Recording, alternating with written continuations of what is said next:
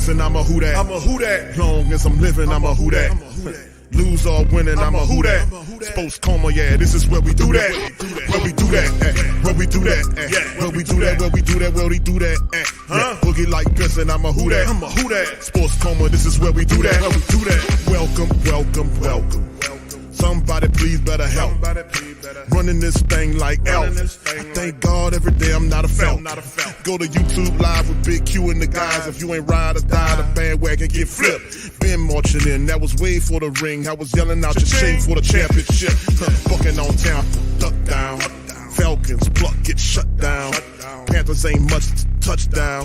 The vision really belong to us now. So much hate on the Saints, you could probably tell. Ever since Bounty Gate hit the NFL, when things seem fishy and you probably smell the crooked referees or Roger Goodell. Yeah, funny like this and I'm a who that. Every day I'm living, I'm a who that. Lose or winning, I'm a who that. It's the sports coma, this is where we do that. Where we do that, where we do that, where we do that, where we do that, where we do that, Boogie like this and I'm a who that. It's the sports coma, this is where we do that. You're listening to the Sports Coma with Big Q and the guys on the PRO Media Network. Hey, Lauren.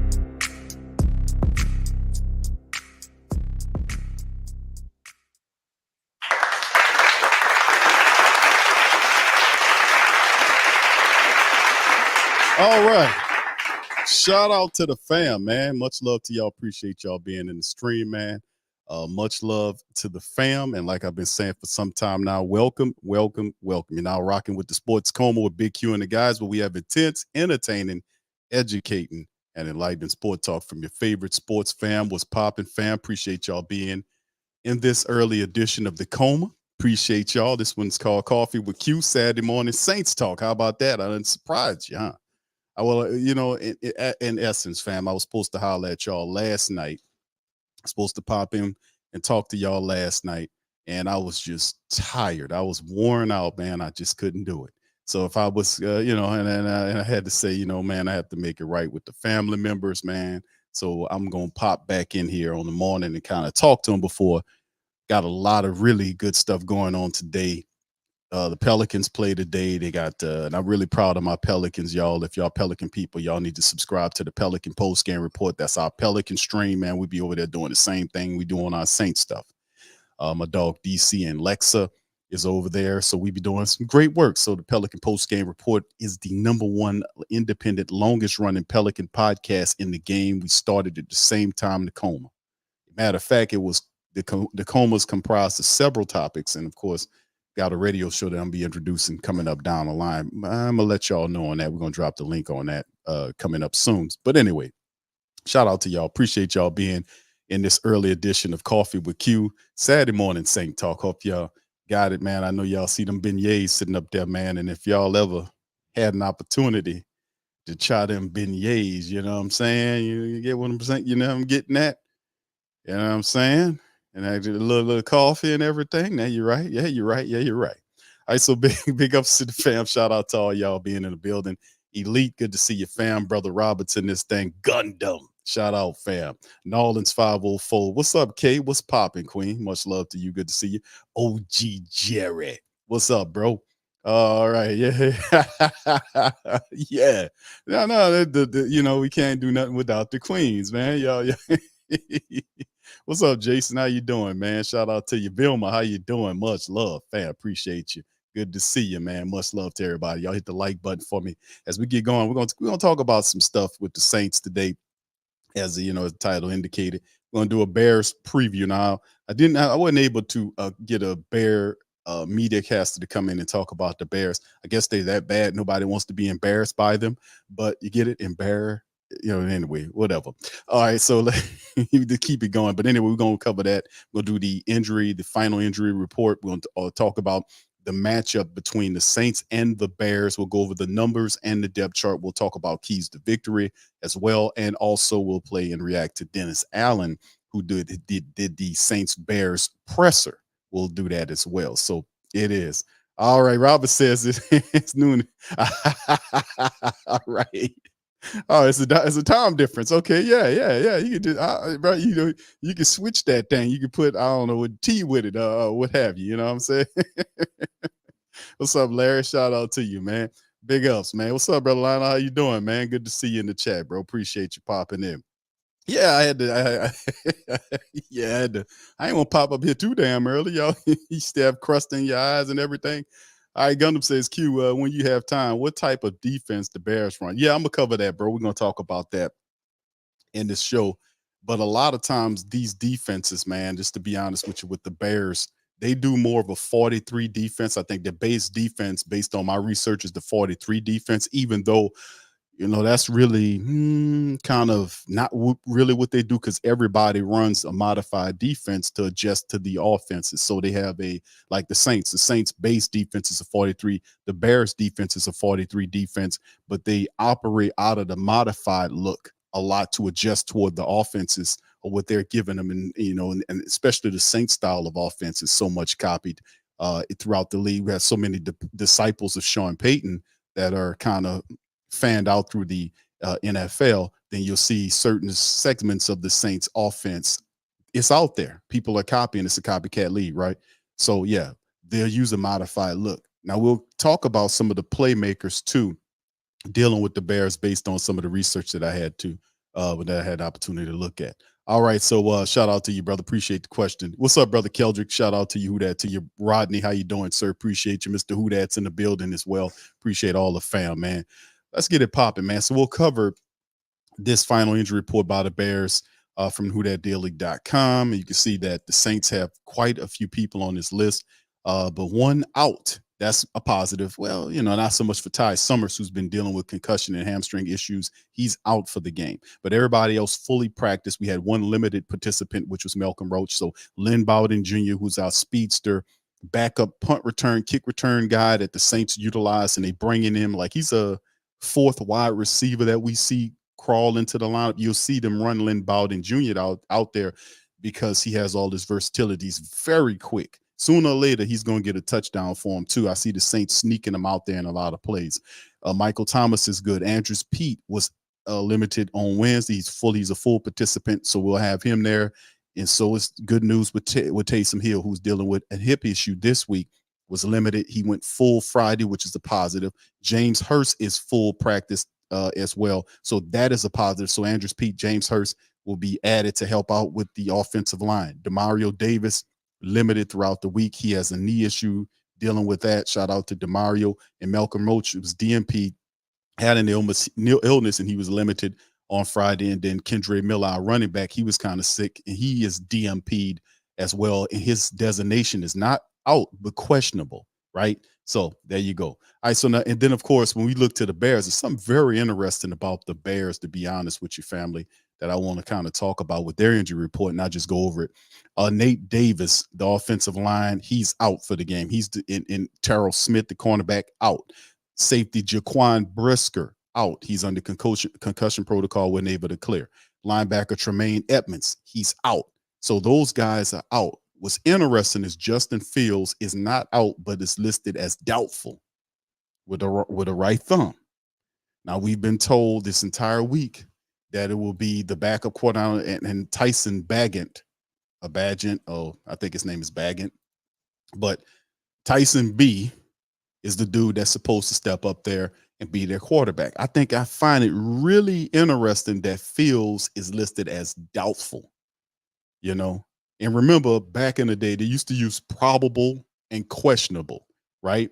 Probable and questionable. Now they've gotten rid of probable, and now it's just questionable. And then they use today. Well, today's questionable was yesterday's probable, and doubtful is today's questionable. Actually in reverse. That's in reverse. But you understand, I'm like, okay, Justin Fields, why isn't he listed as out for this? Are the Bears trying to sneak us here? Are they trying to sneak in Justin Fields some kind of way by having the doubtful? Now, listen, doubtful designations, imply that this is a kind of a game day or game time decision, right? But he's not out. Like Smith, Brisker, Edmonds, Davis, those guys can't play. But it's interesting that the Bears have Fields as doubtful. They trying to pull a gank move here. I don't know. We'll have to keep an eye out on that. And of course, the rest of the lineup: Lucas Patrick, the offensive lineman, fully practiced. Eddie Jackson, fully practiced as well. Mercedes Lewis, no designation for him. Larry Boom, the offensive line, is also good to go for the Bears. So just really interesting there. I'm looking at to see what's going on with that designation with Justin Fields. That's very interesting. Very interesting. All right, so let's move into the statistical part of the stream, man. You take a look at what's going on with the stats on both squads. Saints offense ranked 11th. That's much better. Much better. The offense is it should be a top 10 unit with everything that we have, right? Now, the only issue is, and we'll delve into it as we get to keys of victory and philosophy moving forward, it's very simple. This stuff's never complicated. 14 ranked offense for the Chicago Bears. We'll see what happens with that when we talk about their quarterback there, Tyson B, coming out there. And will he be the guy, or is it Justin Fields? Trust me, it's a different offense when Fields is there. Remember a couple of weeks back when he was doing his thing, he was throwing the ball, moving the ball around. He had some chemistry with his receivers, DJ Moore, who we are very familiar with from his times with the Carolina Panthers, big play wide receiver. Darryl Mooney, which is a former they got a couple of Tulane Green Wave players on the Chicago Bears team that are helping them do some positive stuff. So we're going to cover the depth chart as well. But Saints 11th ranked offense. You got the 14th ranked offense for the Bears. The Saints defense top 10 in the NFL. That's why I was kind of upset last week what was going on with the Saints defense last week when they weren't containing freaking Gardner Minshew, allowing him to do his Steve Young thing, scramble around and make plays, extend plays. And it made the game more dramatic than what it was supposed to be because we were not handling the business from a defensive line standpoint. That has to stop because I'm seeing that a lot more. And I'm not surprised by that because the Saints have a history of not being able to contain. And I only say those guys are mobile. It was just shameful because Gardner Minshew is not a mobile quarterback. You know, I ain't gonna say he's not mobile, but he'll take off on you. Any quarterback, that's like saying Baker Mayfield is mobile. I mean, if a quarterback is looking around and he has a rhythm, and those guys did have somewhat of a rhythm, and then this huge parting of the Red Sea, like an offensive line opens up, and you have a massive gap in front of you, and then you have an opportunity to pick up at least 10 yards between you and the next Saint defender. And he just takes the hell off. Or if the line, if a guy ciphers into him and opens up a side of the line where he can scramble off to the right or left of the offensive line while looking down the field, and then guys break off routes to come back to him and plays get ad-libbed, that can be problematic. That's how he was able to get the touchdown in on the Saints later on in the matchup. So it should have really been a blowout. So I'm hoping that this stuff gets cleaned up. Man. It has to get cleaned up because we can't have those guys moving around like that out there. That's big time problematic. But the Saints have a history of allowing this type of stuff to happen. You will want them to stop that. We need to stop that as soon as possible. And then, of course, you look at that, but that's why I was kind of upset about that. But 19th ranked, 9th ranked defense there. It's a positive. The Bears defense is 25th ranked. They got a lot of issues. They really do. But they added Montez Sweat there. We're going to go over that. He comes in automatically the top sack man for the squad. And then they still have Yannick Ngakoue there. So I think Ngakoue has like 2 sacks. But still in all, you have to watch out for these speed rushers when they get here. And Sweat is a guy that can be moved around the line as well. So we'll cover that. And talking about the passing, here's the offensive statistics for the Saints offense. 19th in pass. 9th. Why I keep saying 19th? 9th in passing for the Saints. So the defense overall ranked 9th. The offense passing wise is ranked 9th in the NFL. And then the rushing attack is 17th. The Bears passing attack 23rd in the NFL, and they're 5th ranked rushing the ball. So they're very good. And you see, statistically speaking, how it's a huge disparity between passing and the running, and a lot of that's due toward a poor quarterback play. You got a backup running it, not familiar. He's turning the ball over, stuff like that. That looks different when Justin Fields gets there. He has a chemistry with his wide receivers. He knows who to go through. They have a very decent skill set of wide receivers, running backs, and tight ends. The quarterback issue for the offense is the big problem that I've seen in my research. And of course, they're running the football behind Johnson, who was the running back behind Bijan Robinson with Texas, and he was a good running back. They're putting him there now. That dude averages 4.6 yards per carry. He runs hard as hell in the St. Paul's, and the Saints need to make sure they kind of stop that from happening, because that's their only way. The keys to victory for Chicago is to run the football. The Saints have to do a job of stopping that.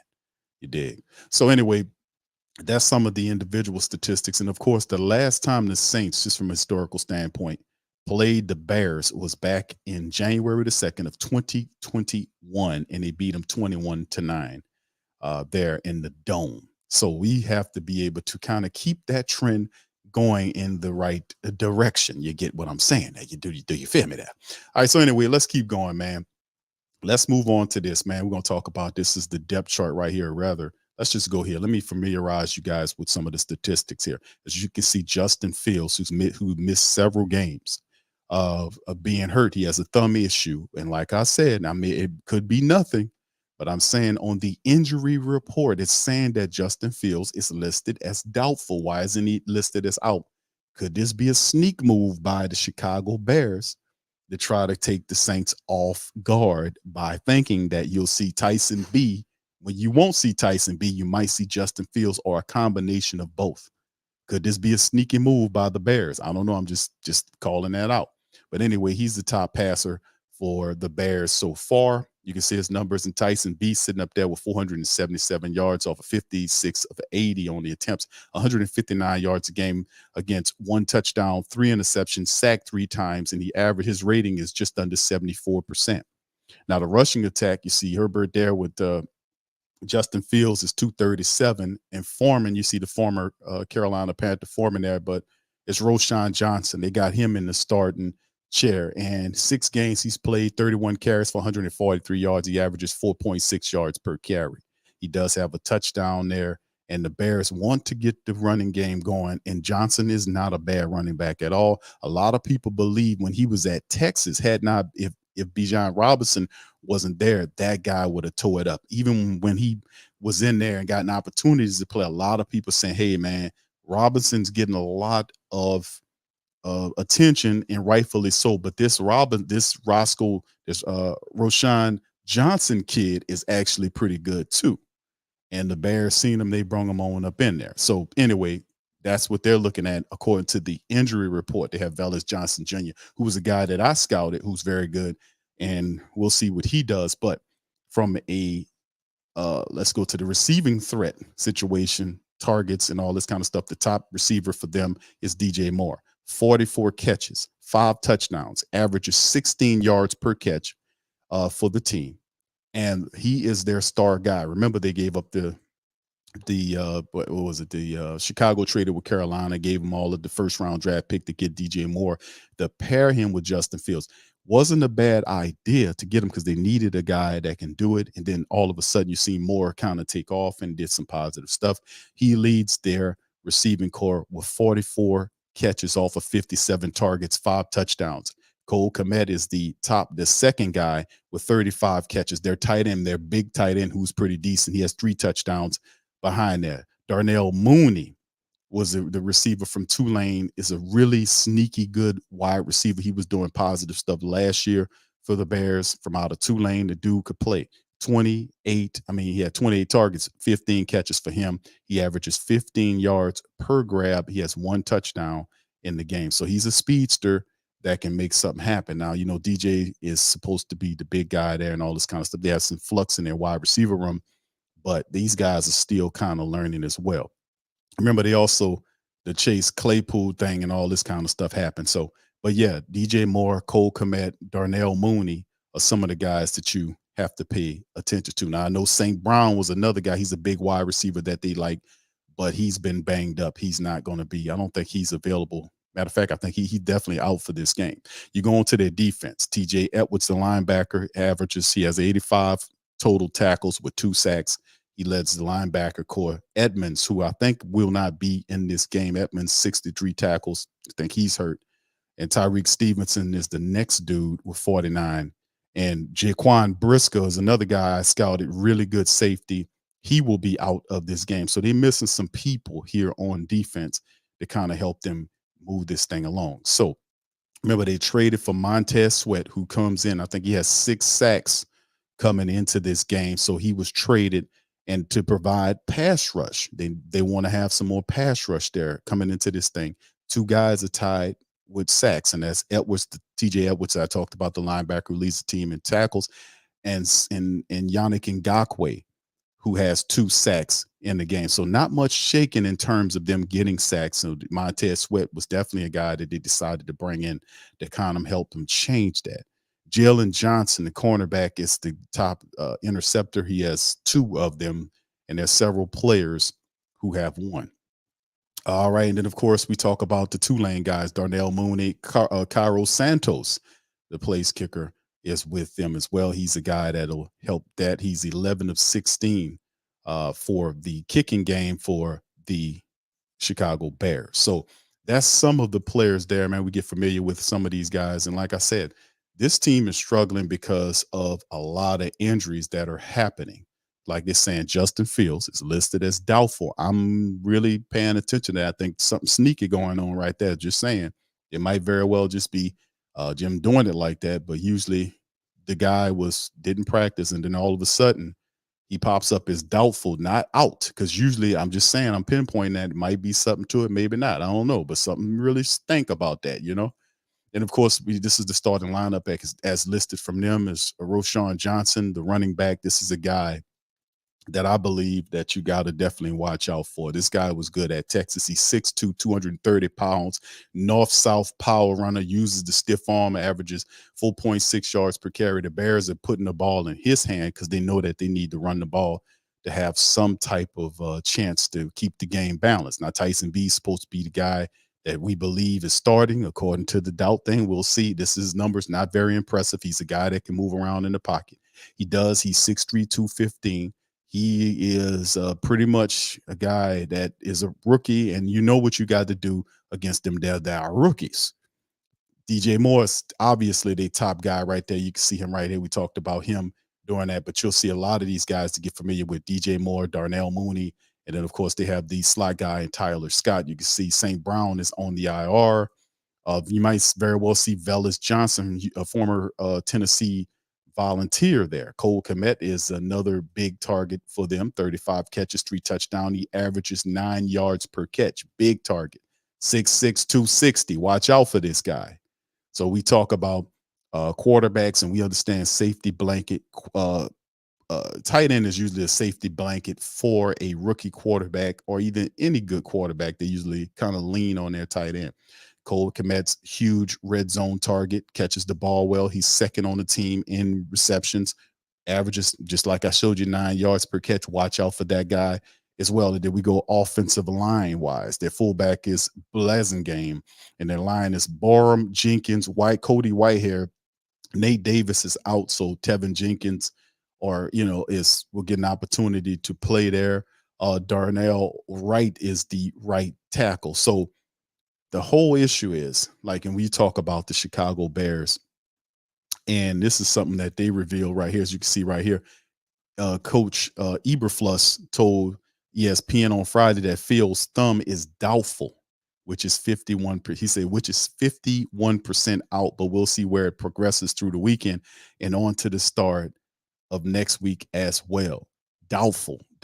Could they be sneaking something in here? I'm just saying, this dude's supposed to be out, O-U-T, in the game, so they might be trying to sneak the Saints. It's a different game if Justin Fields plays. Justin Fields moves around in the pocket. Justin Fields can make the throws, and he can climb in the pocket. He can scramble around. It's a different world if Justin Fields plays. If Justin Fields plays in this game, it's a different world for the Saints defense with him in there versus this Tyler kid. It's a different world. Now he's like I said, is this something about I'm my spidey sense is saying, man, there's something sneaky about that. Bears could be trying to sneak the Saints. And of course, we showed what Tyson can do. We've seen some of his stuff. He has some positives, like he can move around in there. We've seen him make some throws and stuff like that. But at the end of the day, the dude's still a rookie. You got to punish him back there. All right. So anyway, we'll see how that all goes and flips. We'll get to the keys of victory momentarily. And then let's go defensive. Yannick Ngakoue, we talked about him. Remember, fam, a lot of people wanted the Saints to go after Yannick Ngakoue, but a lot of what Yannick Ngakoue does, right? He's a pass rusher. He's not so much, even though I've seen on film that he's gotten a little bit better in setting the edge. That's why he bounced around so much. In a locker room cancer, it's just he's so good at rushing the passer. Well, it don't look like now. He has 10 solo tackles and 2 sacks so far through week 9. Not very big, but guys like Yannick will pile up sacks real quick. Next thing you know, he'll have 2 in one game, 3 in the next game. It'll look like some Cam Jordan type stuff. You know what I'm saying? You might not have nothing right now, but when a year over with, he has 10 or 11 sacks. You're like, how you did that? That's how they do it, man. They just catch the sack Holy Ghost, and next thing you know, they pile them up on you. So got to watch out for Yannick Ngakoue. Not so much about his ability to stop the run, even though he has the speed to pursue you.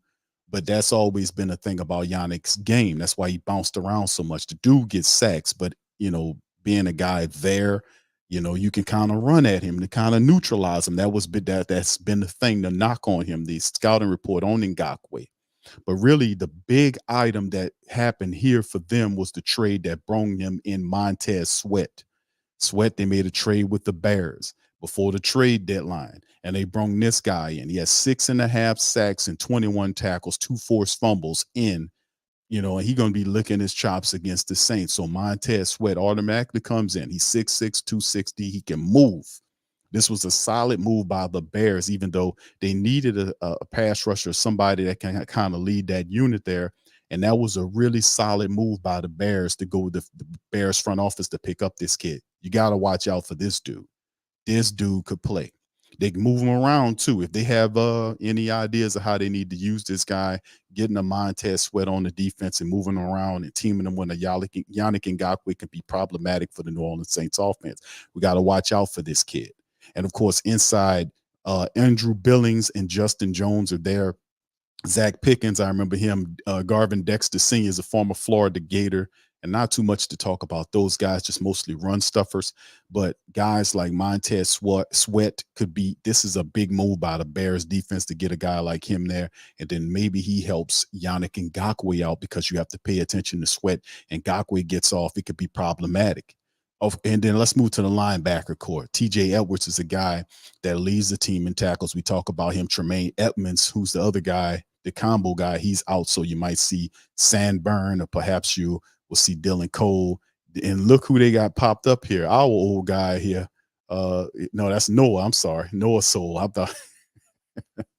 So anyway, yeah, TJ Edwards is a guy you got to watch out for. He's a guy that always able to find the ball carrier. He's always a guy. He moves around really well. He covers both the pass and run right now, and he does a pretty good job for the Chicago Bears defense. Edmonds is out. Jack Sandburn could help out in the position with him being out, and there's still Dylan Cole and others.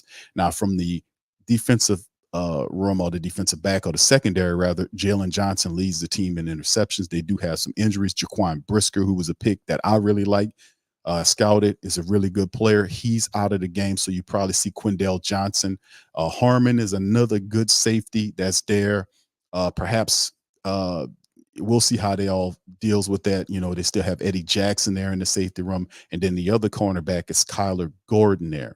So you'll see Tyreek Stevenson with Terrell Smith being out. Maybe Tyreek Stevenson gets an opportunity to go there as well. So the Bears defense is not a tremendous unit. They're not we showed you some of the statistics on the Bears defense.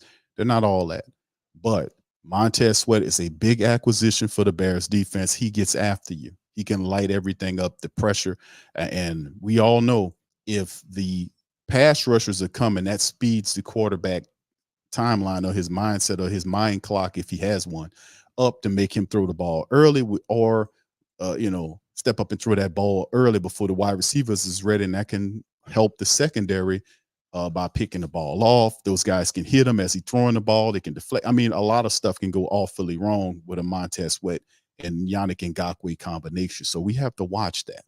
We have to watch that. And of course, the special teams is Santos from Tulane, Trenton Gill, and the kick return is Tyler Scott and Trent Taylor. So Trenton Gill is the punter. Velus Johnson also is a guy that helps out in both capacities if injuries hit. So with that being said, let's kind of move into what the Saints have to do, family. What does it look like for the Saints to get a victory against the Chicago Bears? What would it look like? How would the Saints get a dub? And like I said, and I know it'll sound pretty much the same kind of way over and over again when we talk about stuff like that. But the keys to victory is from an offensive standpoint, the Saints have to be able to do what they did against the Colts, which is run the ball. Take the ball out of Derek Carr's hand. And I'm not saying Derek Carr is trash. I would never call him trash. I don't think he's trash. I don't think the Saints buy trash or garbage. I think the guy is actually a pretty decent quarterback. I think, based on what I'm watching him go through, is I don't think he's ready now for the role that people are trying to put on him, meaning that he needs to kind of have a little bit more experience with this offense. I don't think he's trash. I think he needs to settle down. And he did a really good job of that the last time around, settling down and making plays, just settle down, make plays. But the Saints really did something positive in the last game. They took the ball out of his hands. Like, there were several drives when Taysom Hill was in the game and went and got the touchdowns. You see that? Especially in the red zone. Did y'all notice that? I know y'all did because y'all smart. Y'all a great Saint think tank. Give yourself a round of applause. We know that. You know that. Yeah. We know that. We just need to get Dennis Allen and Pete Carmichael on the same page. We've been yelling it for weeks now and saying the same damn thing. We've been saying the same damn thing about that. We have to take it out of his hands. Red zone struggles in the red zone. What do you do when your quarterback, Derek Carr, struggles in the red zone? Hey, you pull him out of there. He ain't lying. Pull him on up out of there. Pull him on up out of there and put him on the bench, put Taysom Hill in there and putting Saunders in front of him, Big Kalen, and let him go and get the touchdown. And that's what the Saints have done. That's what they did. And that is intelligent thinking there. I'm going to approach it from an offensive standpoint first, because that's the supreme topic here. Is the Saints struggle in the red zone? Last game, they did not struggle in the red zone. They were able to get that ball. They took Carr off the field and put Taysom in there, and they went and got them touchdowns. That's what you're supposed to do. If Carr's struggling in the red zone and he is just going to continue, take his ass out of there and rely heavily on your running attack. Remember last week, the Saints, and I don't want anybody to forget this, the Saints had 161 yards rushing. That's by far the most that they had the entire season. I think they had 130 something in the Patriots game. They had 161 yards rushing against the Colts. Everybody that was a running back touched the ball last week. Taysom Hill, even though you might not call him a running back, I calls him a running back. He runs it like a running back more than he throws it like a quarterback. He's a damn running back. He runs it more than he catches it. So Taysom Hill, it was a part of the rushing attack, and I love that because he's a natural born power guy. Love Taysom Hill. And they had guys like Kendre Miller. He had an opportunity to run the ball. Jamal Williams averaged 5 yards a rush on 6 carries last week. And Elvin Kamara is Elvin Kamara. He's phenomenal. What can I say about AK-41? He's the man. So you had every running back involved last week that compiled 161 yards and I think 3 touchdowns running the ball. That's how the Saints were able to do that. And then when they were able to shoot that ball down the field of Rashid Shaheed, how did they able to get him get 5 yards beyond the safeties and the cornerbacks? Because of the Saints running the ball. That's what happens when you run the football. Guys they itch up closer to that line of scrimmage.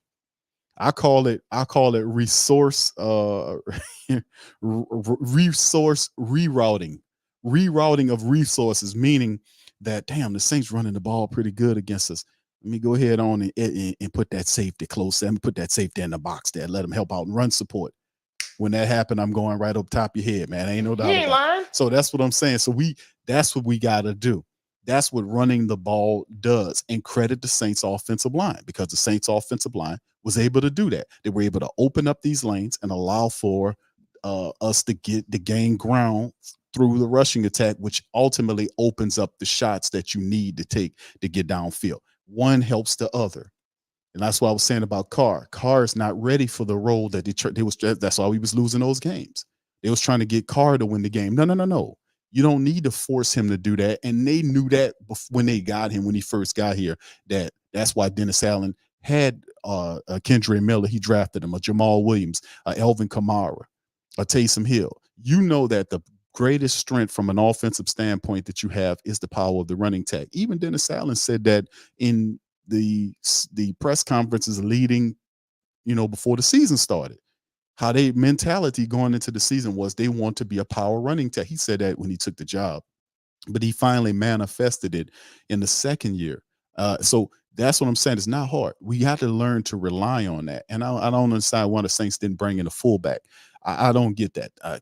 Saunders is a guy that they use in the goal line package, but you're going to still need a real fullback to help you out between the 20s. Why didn't we go out and get a fullback? I know Adam Prentice is on the injury list, but why didn't we go out and bring in a fullback, a guy that clears open the hole so that the guy following them can get to the second level where the linebackers at? If we can get Kamara to the second level, that's a win. That means that's 5 yards right there. We averaging 5 yards a rush. If we can get AK-41 to the second level, if we can get him to the linebacker level, and he's powerful and strong enough to run through some of those guys, put the juke on them and get to the next level.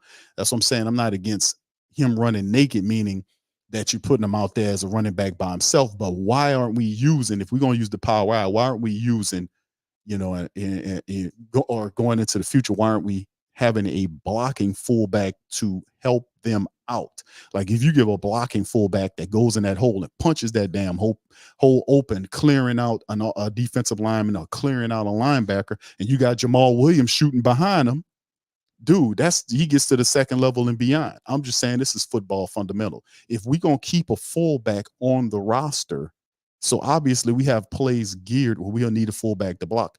Why aren't we doing that? You see? Why aren't we doing that? And plus, on top of that, that helps everything out when you can dominate and run the ball that way. That means it takes pressure off our quarterback that's still trying to figure it out.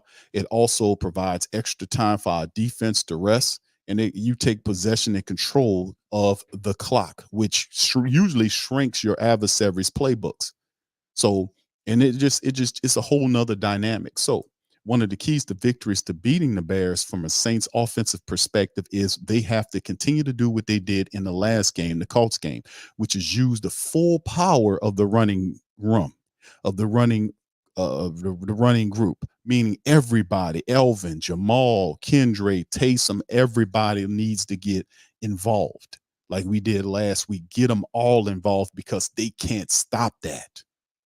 You know how incredibly difficult it is to change and adjust to the different styles of the running backs that you're going after.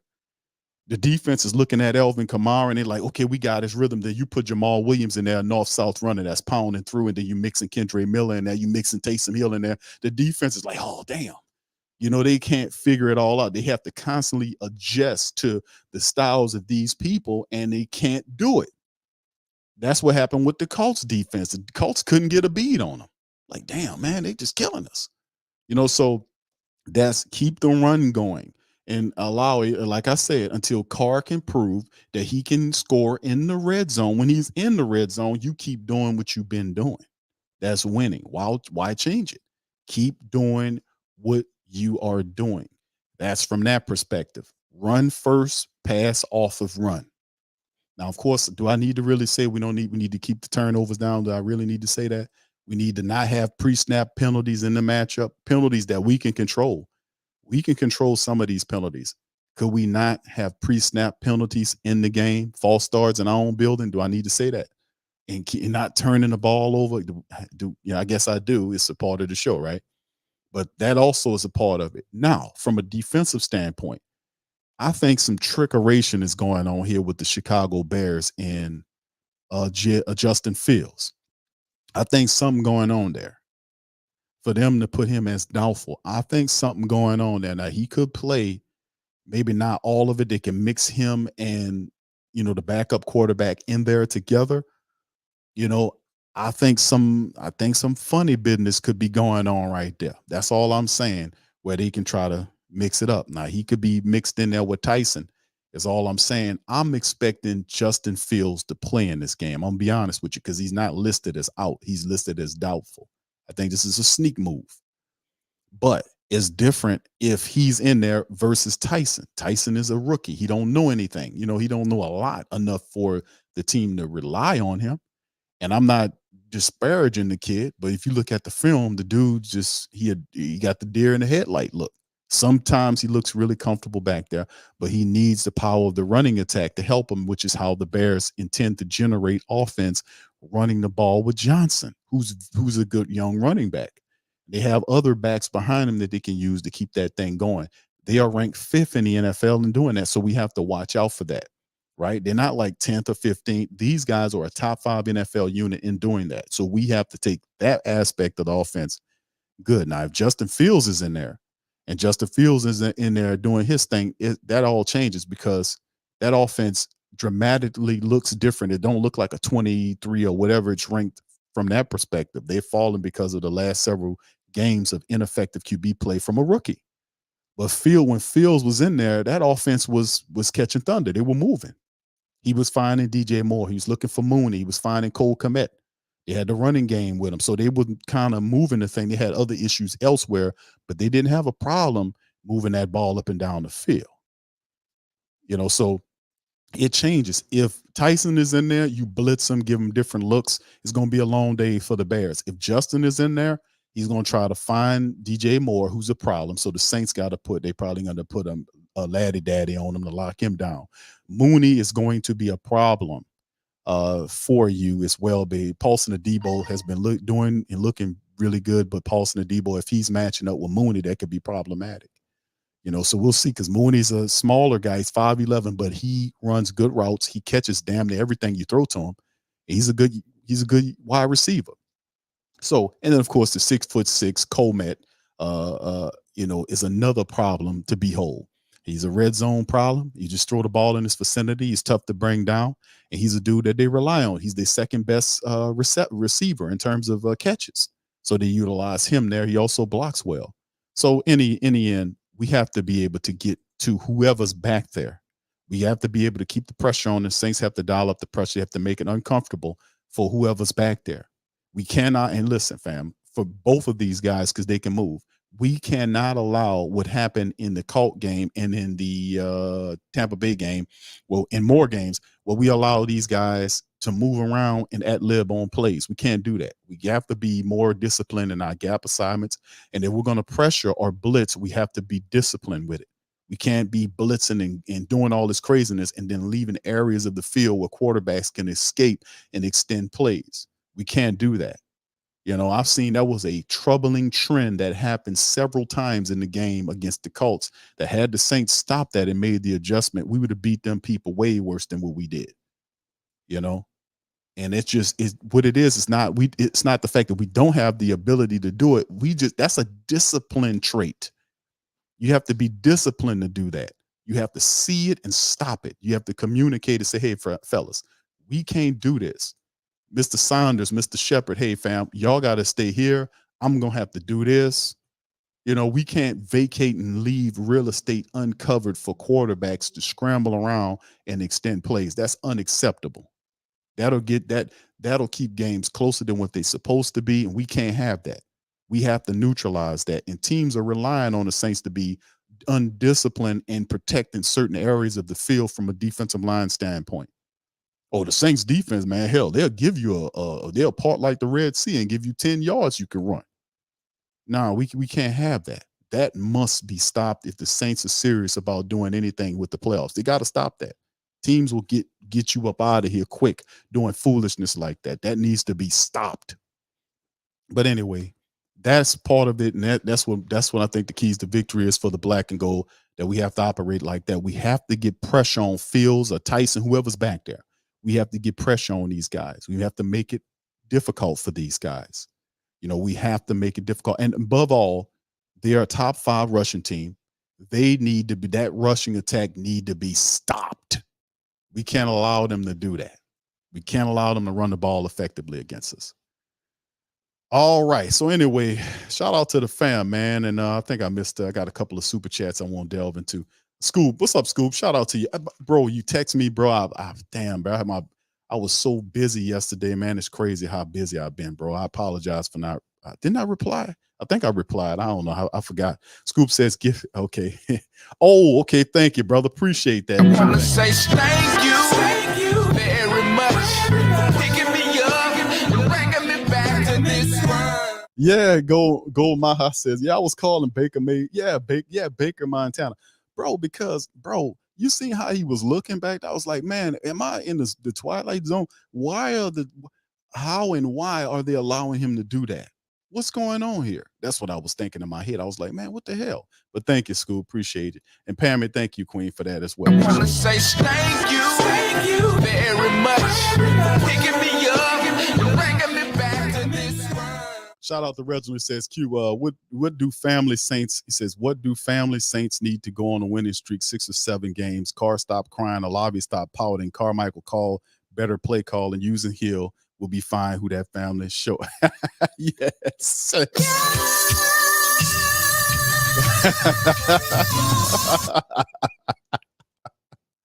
I don't even have to play the whole thing no more, man. This is good enough.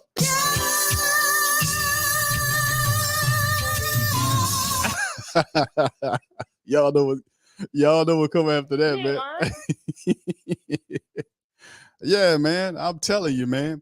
But hey, listen, that's the keys, man. We have to be able to do it. And my concerns, and am I concerned? Big concern before we play Dennis Allen. He's coming up next. We got Dennis Allen. We're gonna react to his latest press conference. You can see he's smiling in the face. He's a happy possum today, and I don't want to take any energy away from him because he knows that the Saints should beat the Chicago Bears. So he's a very happy possum today. But this is the thing that I want to talk about: the concerns that I have with the offense. Right? Can they do like? We know that they should be able to beat the Bears. The Bears know that they need Fields in there. I think Fields plays. I could be wrong, but I think Fields plays in this game. Does he play a lot? I don't know, but I do think he plays in this game against the Saints. The Bears need to win. They need to win. And I think he plays. The Saints, whoever's back there, the Saints got to make it difficult. They got to get to him and knock him around. Now, from an offensive standpoint, my concerns are, can the Saints duplicate the success they had against the Colts? Offensively speaking, can they duplicate that? That's the big thing that I want to know. Meaning, can they keep running the football and doing positive things like that? Can they keep doing the things that work over and over again? And then when teams adjust to what they're doing, do they continue to still dominate there? And then if they adjust, how do they adjust? Do they adjust to success, or do they adjust to something that doesn't work? Usually it's a give and take, but can they do that as opposed to, yeah, we got the win, and then they go back to what they did in the 2 games when we were on a 2-game losing streak. So which Saints team offensively do we get? Do we get the Colts version, or do we get the 2-game losing streak version prior to the Colts game? Because that's what happened. They went back to what didn't work after beating the Patriots, blanking the Patriots. Then they went back to what didn't work for 2 games. And then when they started getting pressure from outside the building, then they went back to what works. So I'm like, pressure is forcing them to do this. And it's taking it. Don't let them people tell you that it's not. Because when Carr got up there, see, they'll tell the truth sometimes when it ain't scripted. After the Colts win, Carr got up to the podium and says, damn, it feels good to smile again. Oh, I thought nothing else bothers you. I don't mind. I don't pay attention to all that. He said that in the last press conference we covered. Oh, I don't pay attention to that. You just do such and such. Oh, you gonna pay attention. you're going to pay attention to this tension, especially when you don't win, or you're going to feel it. You definitely going to feel it. It feels good. Y'all put one in the chat if you remember that, him saying that it feels good to smile again. Y'all put one in the chat if y'all remember that. Put one in the chat if y'all remember him saying that, because that's what I'm saying. And a lot of some of it's his fault, but you got to also know as a coach that this guy is not ready for what we asking him to do. You got to see it. It's called know your personnel, KYP, know your personnel. You got to know where he is in his development. You got to know. If you get out there and you watching the dude do his thing, and then you're like, okay, he's struggling here, we got to come up with something because he's not ready. Certain areas of his game he got, and certain areas of his game he doesn't have. But the pressure's on in the red zone. The Saints learned that. I want to make sure everybody in the Great Saint Think Tank and Who Dat Nation know that was a big part of the win, was when the Saints got in the red zone, Taysom Hill took over and Carl was sitting on the freaking sideline. Y'all remember that? Put one in the chat for that. Remember that. That's how you cure your red zone woes until the quarterback gets where he belongs. See, that's how they know they learned it. But it took pressure. He ain't lying. Pressure. It took pressure. I'm going to say like old Southern Baptist minister. Pressure. It took pressure to break out. Pressure. Start bang, hit my hand on the podium. It took pressure. It took pressure from outside to force them to do these things. If there was no pressure from outside anywhere, there'd just be just a happy possum everywhere. It's happy, just a happy mouse everywhere. To be happy mouses and possums running around in the Saints facility. We can't allow that to happen. We must make sure that we do what we're supposed to do, and that's keep the pressure on them. You win, pressure goes away just for the moment. It didn't go away. It just standing up there looking at you. The pressure retreats, and it just stays a certain distance away from you. And then when you start losing, the pressure is back. So, I mean, the pressure don't go away. It just stays away from you while you win, and when it keeps it at bay. Just remember that. Remember what it feels like when the pressure's on. Oh, I don't feel none of it. Oh, yes, you do. Oh, yes, you do. You're going to feel the pressure. You ain't going to take 150. Man, is you crazy? You're not going to take maybe that's what they did in Oakland or Las Vegas or wherever you came from, but they don't do that here. We don't do that here. You're not going to take $150 million from us in a 4-year agreement and not feel the pressure. You're going to feel the pressure here. You're going to feel it. I promise you, sir, you will. All right, so anyway, I'm going to answer some questions after this, fam. Y'all drop some questions in the comment section, man. I'm going to play Dennis Allen, man, and y'all put one in the chat. Y'all can hit Mr. DA. Here we go. Is that it? Dennis, based off of what you see from James Burns, how optimistic do you feel about his chances this week? Yeah, he'll be up and available. Does that change the starting five on the line initially, or with We'll have 5 guys out there, I promise. I'm sure we're about to see the injury report, but what was Kendrick Miller doing? Illness, kind of the same thing that everybody's kind of dealt with a little bit. Every day now. So. Yeah. Have you ever dealt with anything quite like that? Yeah, we dealt with COVID. Huh? I think we had like 20 guys out in the Miami game. So yeah, we've dealt with that before. You mentioned going out to practice once, because players have mentioned they like the break that it gives them to be out there. You've obviously done it twice now. I mean, what are the benefits you're seeing from Well, look, I mean, just getting outside, getting a little fresh air, getting off the turf a little bit. I think give our guys a little bit of a chance to get their bodies back a little bit. So, yeah, it's been good. Weird seeing Matt Ryan on your sidelines. Yeah. I made sure we had security close by. Did you keep Cam Jordan away from him? It was hard to do, but yeah. Did you consider making Cam part of the security? No, Cam's got enough to worry about. After kind of self-scouting or for the slow starts, what do you kind of pinpoint, or do you feel like you have a better grasp of kind of the start of the games now, like going through the Look, I mean, we'll find out, right? and there's really no secret recipe. It's really about, guys just being locked into all the details. And look, we're going to have to be able to adjust to some unscouted looks. That's typically what happens early on in games. And so you got to be able to use your rules and be able to apply your rules. How do you prepare for the unknown?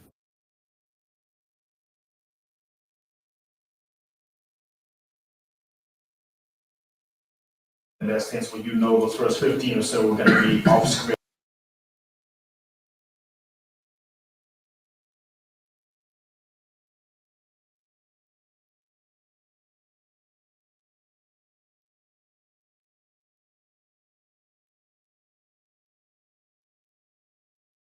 Usual style.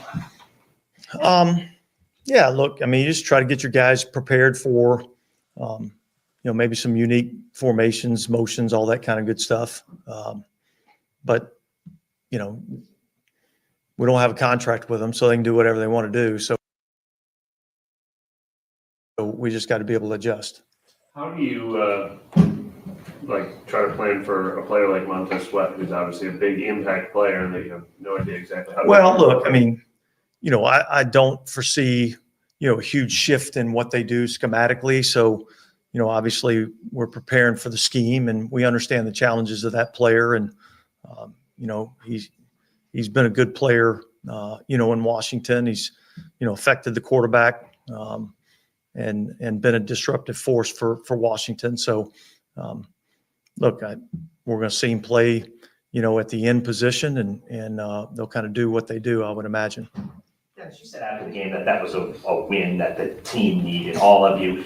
Does that translate to during the week? Do you see something different? Is there a different feel to sort of the whole group, this week coming off? Yeah, look, obviously you gain a little bit of confidence of being able to play that way and win a game like that. But yet each and every week is a different week. So, our focus has been on, getting prepared for the Chicago Bears, what they do offensively, defensively, and in the kicking game. Make sure we're on point with the details. And, that's really what this game is about. This game's really about, executing at a high level, in all three phases. And look, to be able to do that, you have to have a great week of preparation. Dennis, obviously you've been around Casey for a long time, but you step into that head coach role and you're kind of envisioning how to use it. When you have a guy who can do so many things well, how do you make sure you're getting the thing he does best most? Yeah, look, I think that's one of the unique challenges offensively is when you have, a lot of different guys that can do a lot of different things and unique skill sets, there's only one ball on the field, so everybody can't get the ball on every single play. So, being able to, distribute the wealth a little bit and understanding, there's certain situations in a game that, call for, a different attack, offensively and the players that we utilize to do that. So, but that's a good problem to have skill players that, you feel like can affect the game. Specifically to take you a minute to really hone in on exactly how you want to use it. Well, look, Last year sort of almost they run out a lot of the tight end stuff, and then kind of in the middle of the year you kind of shift it. I think you're just kind of trying to figure out what's the best way to utilize that. We've said this before. Taysom's highly effective. Particularly when he's at the quarterback position, and yet I've seen him do some good things as a tight end. And realizing it's a 17-game season and All right. running backs in our league get kind of beat up a little bit. And so when he's running the ball from the quarterback position, it's really no different. So trying to be able to utilize him when we can and yet understanding that this is a long season. All right. Shout out to Dennis Allen on that one, man. Dropping some science on that. And yes, indeed. Sandy, shout out to you. Says, can y'all petition to bench Carr because the Raiders need him back? Yeah. How about that? You know, the only problem with that, Sandy, is that the Saints will not. They are tied to him. He is not going anywhere. The Saints have him here for the next 4 years, and you can, if you're a little bit more patient, in 4 years you can have him back if you want him. But the reality is, the Raiders made a bad bet with McDaniels, and I knew that was not going to be a good look because what he did with Denver. I just certain guys are not head coach material. Guy on screen, but outside of that, all I'm saying is that the Raiders, man, the future is bright if they handle it correctly. So they fired the general manager, they fired the coach, they made the right decision. They just have to find a quarterback moving forward. So the Raider Nation is really suffering, man. But Carr, unfortunately for the Raider Nation, Carr is stuck to the Saints for the next 4 years. And they just have to know how to utilize them. If they do not, the Saints weren't utilizing them correctly, hence the 4-4 mark. You can't run around and then of course you look at the Saints schedule, and of course we looked at, and people were talking about how soft the schedule was, and that you had a lot of teams the Saints were playing that had rookie quarterbacks and all this kind of stuff, and they had great points. A lot of these games the Saints lost. The Green Bay game was Everton. Saints were beating them by 17-0. That should have been a blowout. They scored 18 points in 11 minutes to take the game from the Saints. That is ridiculous. The 2-game losing streak that happened with the Tampa Bay Buccaneers, another game, that's ridiculous. And look what Tampa Bay, look what they are right now. And I told family members, I said, man, this Bucs team right now is overachieving. They'll eventually fall down to the NFC cellar. The only problem is the Carolina Panthers are paying expensive rent to live in the bottom of the building. So when they go all the way down, Carolina will then catch them and say, hold on, y'all stay right where y'all are, because we are 1-6 or whatever they are. So, but the issue is, like, the Saints just have to know how to use Derek Carr. I'm not gonna sit up here and say he's garbage. I never said he was garbage. I think he can be a lot better. But I think what they're doing, they're being the Saints, their offensive brass, they're not using them correctly. He doesn't know enough of what you're trying to get him to do. That's why it's failing. Despite the fact the kid was a 10-year veteran in the NFL, and what you're trying to get him to do, he can't do. So you have to understand his limitations, know his boundaries, what he can do and what he can't do. It ain't like you're going to see, like we the best here, and I'm going to be real, I'm talking to everybody, the best we can hope for from Derek Carr is he has a similar transition into the Saints offense like we see Matt Stafford had when he moved from the Lions to the Rams. That's the best that we can hope for, is that he would do not exactly that transition, but one similar to it. It might be behind it or by a couple levels, but that is what we aspiring for him to do. You got all these weapons. You got all these wide receivers, running backs. You have all this stuff going on. That's what we really are hoping for or having faith in, is that he does that. You see what I'm saying? That he does that, have that type of transition. But you'll destroy his confidence. I don't care if he's a 10-year veteran or not. You'll destroy his confidence if you are having him to do things that he can't do, or he can't do it right now because he's still learning the system. Eventually, he will be able to do those things. But for right now, like the red zone in excess that the Saints was having with him at the quarterback, they couldn't do it, despite the fact that one of the games he had 51 passing attempts on a gimpy arm. So it's like, yeah, man, that was clear that they didn't know the personnel. You don't make him throw that much, and the guy had a banged up, AC sprain on his shoulder, and you had him throwing the ball 50 times. Tell me if that makes sense. You see, it's like, well, Q, that's what they had to do. No, they ain't have to do that. They put themselves in that position. But the reality is, you got to know the boundaries and limitations of your players. Know your personnel, KYP. And that's what they're starting to learn out. He can't do it in the red zone. What the Saints do, put Taysom Hill in there with Nate Saunders and go get it. That's how it works, adjusting. All right, so anyway, shout out to the fam, man. But in 4 years, Sandy, you can have them. You can have them. You can take them in 4 years. You ain't going to want them in 4 years. Y'all going to have a quarterback by then. So, hell, y'all might have one coming up next year, a draft. All right, so shout out to the fam, man. I appreciate you. St. Gomer, Demario Davis, is my understanding that Demario Davis will play in this game. If you have any question, family, if y'all have any questions, feel free to throw them in the chat, man. I'm about to get ready to bounce up out of here. So if y'all got any questions, please feel free to throw them in the chat, and I'll do my best to answer them. All right, Quaveda says DA ain't washed that good luck tie out of his head. DA. All right, Rob says we lose the game. We would, yeah. Would it be? It would be the bad news Bears if we lose the game. The bad news Bears. All right, okay. Let me get a little further down here. I'm way up here. All right, Sean says Green Bay came back and covered the spread. Suspect. I know, bro. A lot of that plays into it too. And I kind of talked about a lot of you can't really enjoy professional sports like you used to enjoy professional sports because all of the betting stuff, all of the money that's involved. And for people who might not know this, there is definitely manipulation in these games, and it's done through the referees. The referees are terribly controlled. Like a lot of the calls that are being made on the field, not even being made by the referees. Now they're making calls, but it used to be where the leagues leave the referees alone and let them make the calls.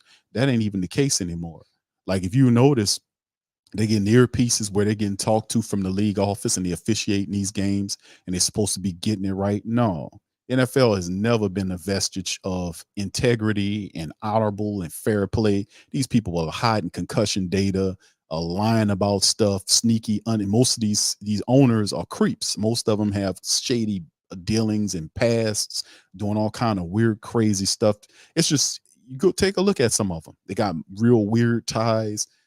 Half of them like mobster related, the Bidwells and all these other people. Man, listen, man, you start digging into this. And what else it was supposed to be? You know what I'm saying? You find somebody. So like I said, it's a front. Like, yeah, it's all about the shield. Now the shield keeps the BS away. They'll hide whatever they need to hide behind that damn shield. But I don't put anything past them. I'm just keeping it real with you. I don't put anything past them because they do anything for the money. Anything, any and everything is at play when it comes down to the paper.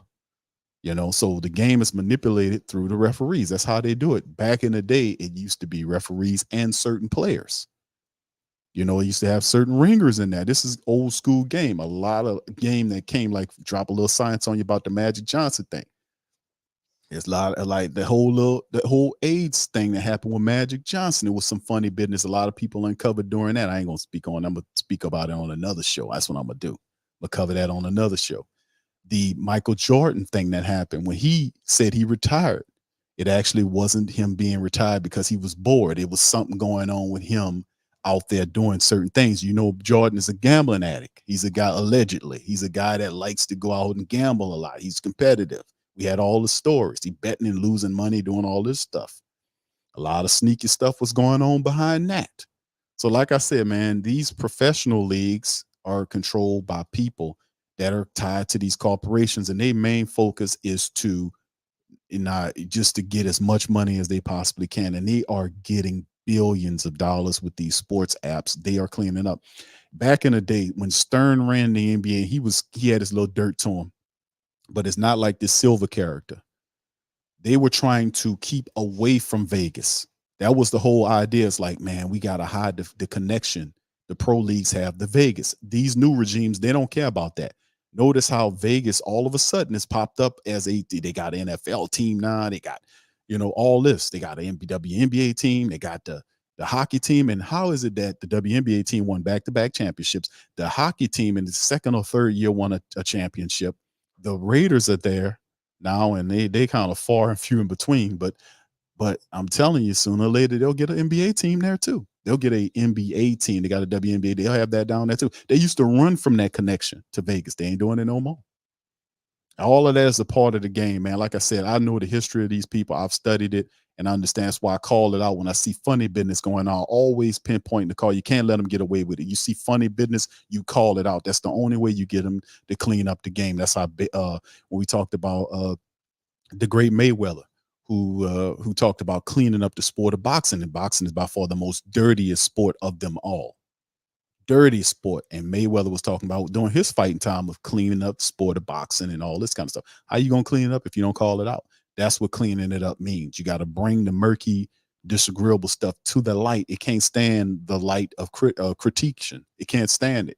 When you critiquing it and showing this type of stuff, it can't stand that. Now, you do have some people that's still out here that don't know what time it is, that believe whatever people tell them. They don't do no research. But in the end, there are people out here that's really getting it. And those would be the people that change a lot of this, not the people that still believe in everything they say. That's just how it goes. All right, so anyway, let's keep it going, man. Yeah, I know. Yes. It's some weird, like I said, man, it's always deeper game, man, behind a lot of this stuff, man. You just got to be old enough to keep going and looking. You'll see it.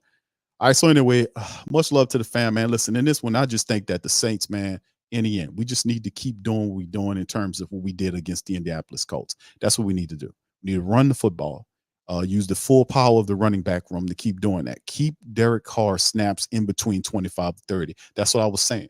He shouldn't be throwing the ball over 30 attempts per contest. If he's throwing it like that, then more than likely you're probably going to end up losing the game. You know, if he's throwing it like that, it should be a controlled running attack with the passing game off the back of the rushing game. That's how it should be.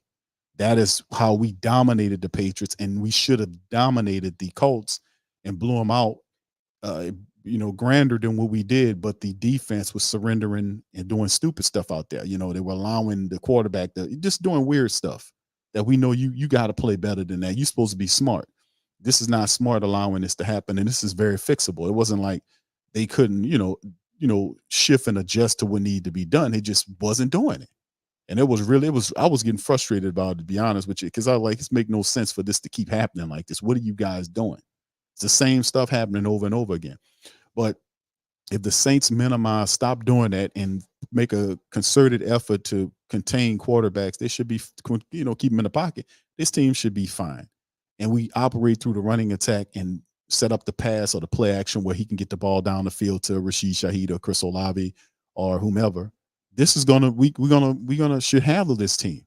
Now, don't get me wrong. I'm not disrespecting the Chicago Bears. I don't look past anybody, but I'm saying that at the end of the day, if the Saints do what they're supposed to do, which is execute the way they did in the last matchup, like improve what they did defensively to keep the quarterback contained to the pocket while pressuring him, and running the ball effectively through the power of the rushing room and having the pass off the back of the run, they should be able to blow this team off the map. It should be a game where the Saints scored 31 to the Bears 14, or the Bears 31-17, 34-13, something like that.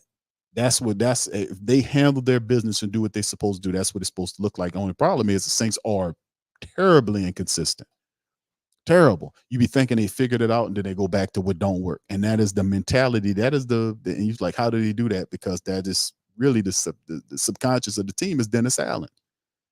He's an up and down head coach, and until he can have a solid year in which he performs and they have a winning record, he's never done that before. A lot of his teams have underplayed. A lot of for the totality of a full NFL season, the best he's ever done as a head coach was 7-10? 7-10? No.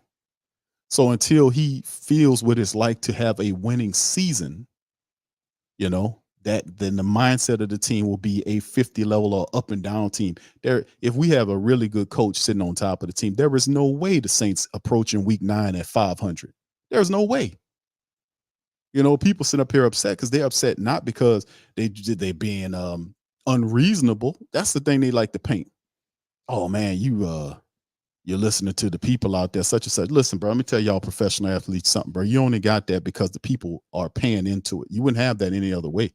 I'm not taking your contribution to you staying in shape to go and get the paper.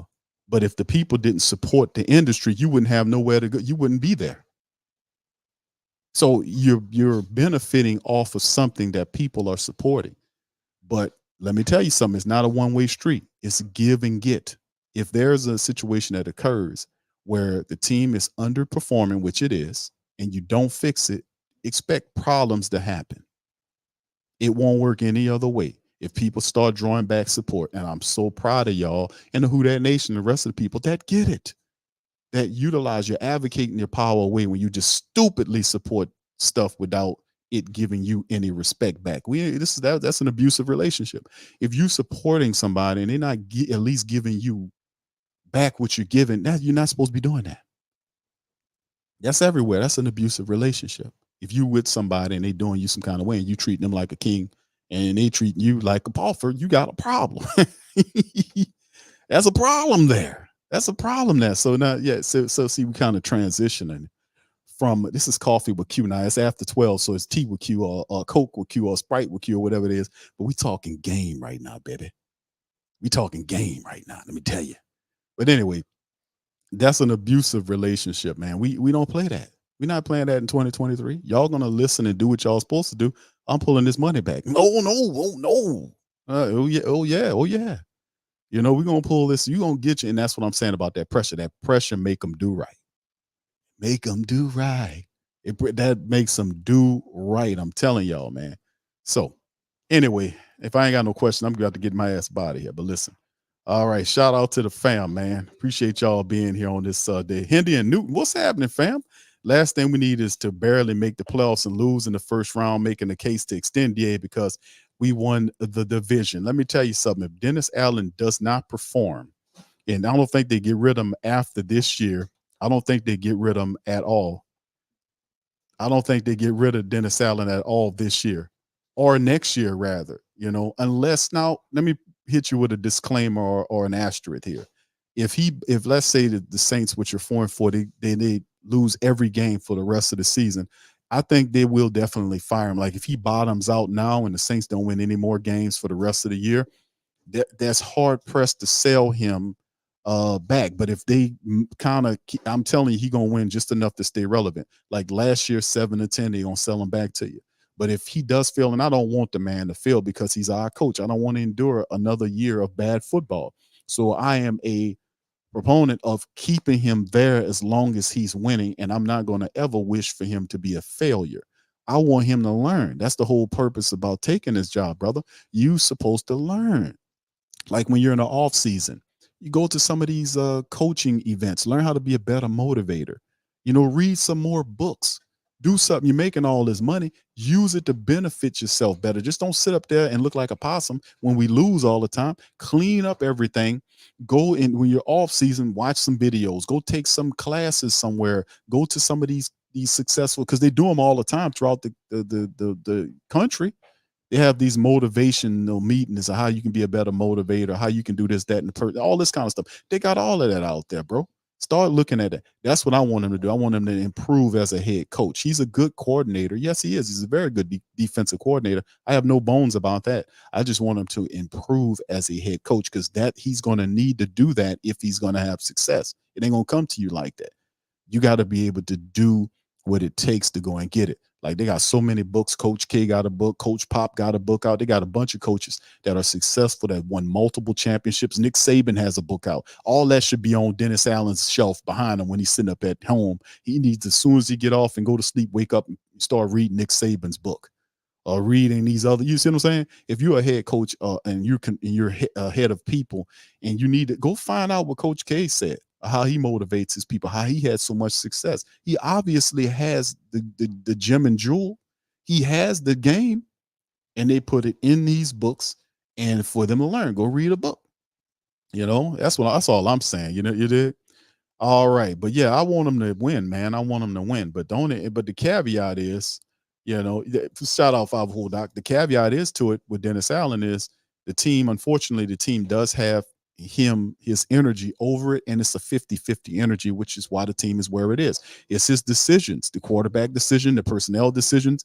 All these decisions are based on him acting and not acting in ways that you see what I'm saying? These things should have happened where he would have been able to be a lot more, you know, a lot more success should have happened with the Saints with him there. We shouldn't be sitting at 400 right now. I mean 500. I'm sorry. But 4-4 is what I'm thinking. But 500, that's ridiculous, man. That is absolutely ridiculous. All right, Ryan, what's up, bro? How you doing, man? A shout out to you. Appreciate y'all for being on the screen. Shout out to Indy and Newton as well. Brother Eric, shout out to you. Be safe on the road. Brother Lionel, how about replacing Carmichael after this season? Carmichael, the only way he gets replaced is if the Saints don't make the playoffs or they bottom out. I think Dennis Allen is not a guy that believes in making like changes. Like, even though he'll lie to you and tell you, hey, man, we're going to make some changes and we're going to take some jobs away and we're going to do that. And then days later, there'll be no changes. I'll let you know. And that's what happens. That's how it goes. So, you know, at the end of the day, You know, you promises changes, you don't do any changes. They win, and then he gets on the press conference and say, see, I know what I'm doing. You know, he ain't say it like that, but, you know, he's strutting like a peacock, you know, but to have success, sustained success, we have to operate more intelligently and more disciplined.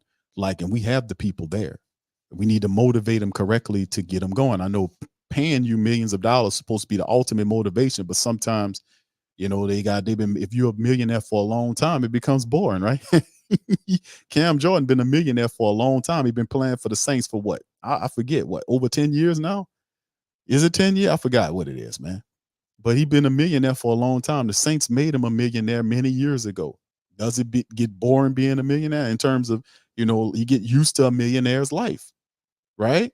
So sometimes you try to motivate a millionaire. Think about that shit, man. Think about that. You got brothers and sisters out here working their tails off. The dollar ain't worth it. The dollar you're making worth a quarter. And the groceries going sky high. The gas is going up. You got all these expenses. Y'all know I'm telling you the truth. You got utilities that you got to pay for. You got children out here running. You know, you got people. There's an emergency that might pop up. You might get a flat tire. You might need something going with your car or your truck or whatever. You dig? So you out here doing that, you know, and you be like, damn, man, you know. But for people like that have the money, that it's a different world. You don't have to motivate a sister or brother that's out there, you know, trying to make ends meet, you know, working twice as hard for $1 that's worth a quarter and everything going up. You don't have to motivate them. They're going to go get it because they know what they got to do. But for a person that's been a millionaire for a while, a lot of those people on the team, they've been millionaires for at least 2 or 3 years now.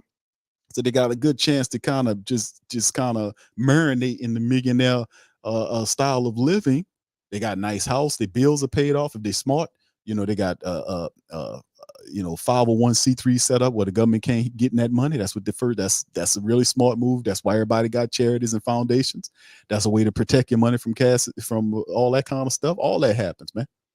You know. And they've been it's a different level when you have to motivate people like that. And you would think that they would get it, right? Some do, but some don't. The ones that really get it are the ones that are playing for something larger than money, which is they're playing for legacy.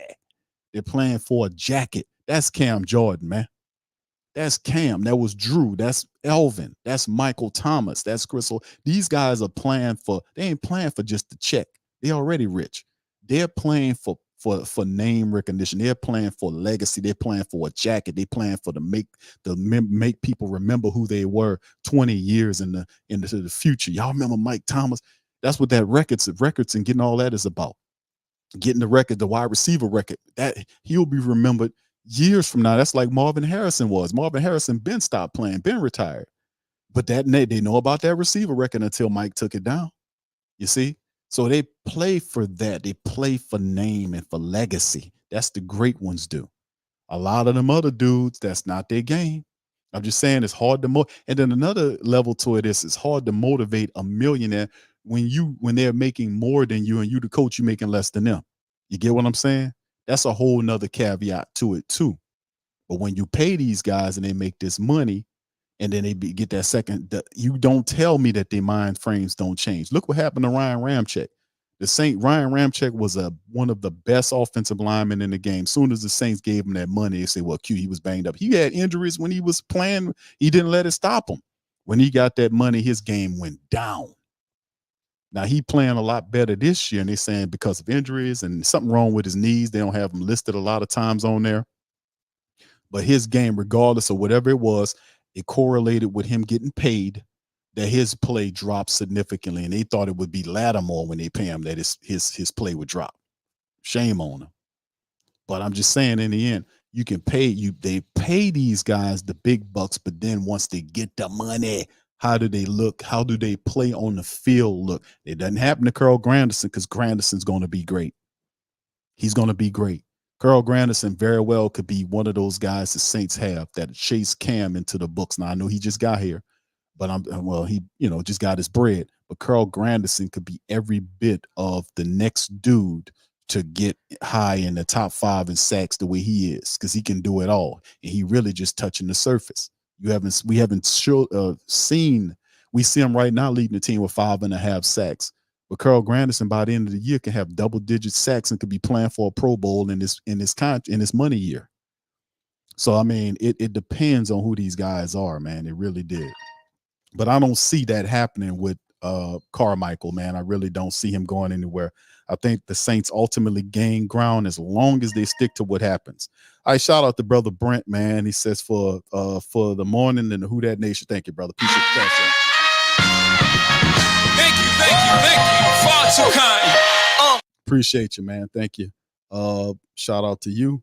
Also shout out to Brent. How you doing, Brent? He says Dollar is getting smashed on purpose. Q. Yeah, that's right, Brent. Much love, bro. Appreciate you. Yes, sir, it is. He says, and to be paid per play. Yes, paid per play. That's right. Quality. I think eventually, I don't know. I think the union's going to the player union is going to fight against that. But I don't think for a second that hadn't been proposed, right? That you get paid according to to how you play.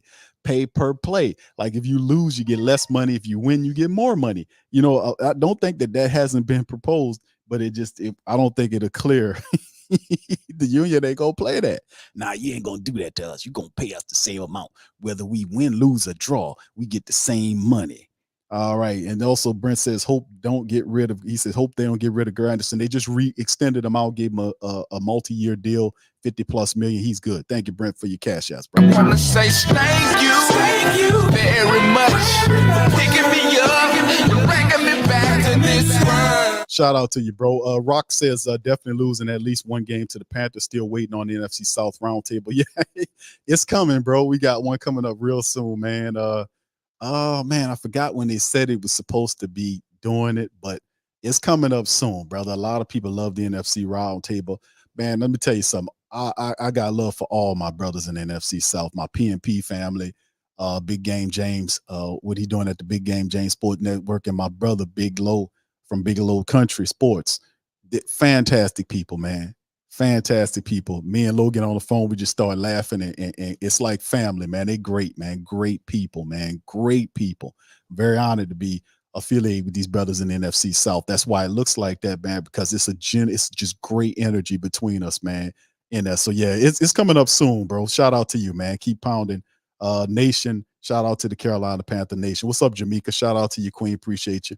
All right, brother. Eric says, okay, he at home. All right. Yeah, brother. You always running that road, brother. Sit back, kick your feet up there, brother. All right. All right. So anyway, what's up, Wani? Says, okay, I'll be in town November. Okay, she's looking for the meetup. All right, Wani. All right. St. Goma says, kind of, pissed we didn't pay Trey Hendrickson. Well, the Trey Hendrickson thing was kind of unique, man, because the Saints were like, it's revisionist history. Not revision, like, how you look back at it and say, man, we should have did this, such and such and such. But at the time, right, Trey Hendrickson just took advantage of what Cam Jordan was doing, right? He was just single covered a lot, and he was able to beat the guys around to get to him. But remember the years prior to him having that year, Trey Hendrickson could not stay. And I'm a Saint historian, so I remember all of the details. That's a part of doing shows like that. You kind of remember all of the details behind some of the moves and why they weren't made. Like leading them when the Saints drafted Trey Hendrickson, there were three years of inability to stay healthy. So there was a low confidence in Trey Hendrickson's ability to stay healthy, right? So it wasn't a lot of Trey Hendrickson during those years. And then in the last year, then he broke out and had the big sack year. But that was positive. But the Saints had a thinking like, man, we don't know if this is a one-year wonder, or because people play really well on their contract year. It was his last year of his deal, and he just blew the hell up and had all these sacks. And people's like, did he do this because of the contract year? It was a contract year. Plus, he never stayed healthy prior to that season. So they had their doubts. Plus, they already had drafted a guy to replace Trey to start opposite of Cam Jordan. He already had a guy there, and they were looking at him as the guy to take it into the future. Now, it turned out to be a bad move, but that was the logic at the time. That, just think about all that, what I just said about the 3 years prior to him having that big year, that fourth year when he just blew up on the contract year. and then stayed healthy that year, the team was like, okay, we've seen 3 years of injury-prone play from Trey Henderson, and in his 4th year, his contract year, he balls out, get double-digit sacks, and by that time, I got a first-round draft pick guy here already. So I'm going to save money with this first-round draft pick guy that has a higher ceiling than Trey Henderson. They thought by bringing him in and let Trey Henderson walk. That was the mindset of the team. You know, think about it. Now, you can look back at what he did when he went to Cincinnati and say, see, they messed up because he balled out for Cincinnati, and Davenport was a bust, which he was definitely a bust. But at the time, that was the logic. I wasn't trusting Trey Henderson. I'm going to be honest with you. And I was doing shows. I was like, I love Trey Henderson, but the dude can't stay healthy. He had 3 years of banged up play. Like, he couldn't stay healthy. The last year he played healthy, I think the team didn't believe that he could be trusted, like, to get paid and that he will be available. Ultimately, what ended up happening was he went and he was available and Davenport wasn't. And even when Davenport was healthy in his last year, he didn't do a damn thing. So in the end, it kind of, you see what I'm saying? I'm just giving you a little backdrop on the game, and that's what happened with them. What's up, Tasha? Shout out to you. Yes, coffee with Q. That's what I'm talking about. Now, right now is after 12, man, depending on where y'all are in the country. But yeah, coffee and Q, man. We just talking it. All right, Sean said, I don't drink coffee, but what's up, Q? Yeah, it's your preference. You know, if it's, I say coffee with Q. It could have been Jack Daniels with Q. I don't know, whatever you're doing. It could have been orange juice with Q, whatever your drink is, it's fine. You can sit there and drink, and let's talk some Saints, baby. I'm at your kitchen table. We sit down, we having a discussion about the black and gold. And then when the show's over with, unlike most guests, they don't get up and leave. They just won't say, I will actually get up and leave. I won't hang around the kitchen table. All right. I promise you that. I'm gonna get up and leave. I'm not gonna sit at the damn table. I'm gonna get up and leave. All right, Tragic. What's up, Tragic? How you doing? He said K-Nell has been balling more than Warner. That's another one. But Pete Werner, man, a lot of people see Pete Werner as the Saints version of what's the guy that Carolina had, man. We got Carolina Panthers family members in here. Y'all tell me, what was his name, man? What was the dude that I love that guy, man? Carolina, the best linebacker they ever had, not named Sam Mills. What was his name? Y'all put it in the chat, man. Remind me. All right. Thank you, Tasha, man. Appreciate you there. Thank you. Far too kind. There you go, Pam. It says sweet tea with you. There you go. Robert says, drink some Irish coffee. All right, there you go. All right, Tasha said, yep, that Jack Daniels sound pretty good. All right, yeah. If you ain't working, yeah, we still okay. St. Gomer says, man, it's still morning. I'm good. I'm good in LA, baby. It's still morning, baby. We still drinking coffee. All right, so yeah, that's there you go. Thank you, AJ. Luke Kuechly. There you go. No, it wasn't Burns. It's Luke Kuechly. There you go, Jerome. Thank you, brother. Yeah, Luke Kuechly. Verlin. What's happening, Verlin? How you doing, sir? Representing the Dome of Silence. I got you, bro. Yeah. Tragic says he's no Luke Kuechly. A lot of people thinking that they want him. They see him as such, like his full potential. They can be a Luke Kuechly type. Remember, he is Pete Werner here, and then you have Demario Davis, who's Demario's getting old. He got a knee issue right now. So at some point, Demario Davis is going to end up having to leave. When do we expect Demario to drop off? It happens to everybody. So at some point, you know, you got to be expecting him not to be as effective as he's been over the many years for us. It's always a drop off, right? Nobody beats Father Time. Remember that thing? So, the way they see it's like, okay, K. Nellis was a 7th round draft pick for the Saints, right? He was mostly a special teams guy. And really, that's another one of them things where K. Nellis balled in his contract year. See, that's the whole thing. We've seen enough players do that, get paid, and then go somewhere, or the Saints pay these guys, and they don't represent what they did in that contract year. There's an extra motivation to get paid, to get a contract. And I was like, okay, where was this shit at? You know, the year. So you got to put your GM hats on, man. You got to put your business hat on, man.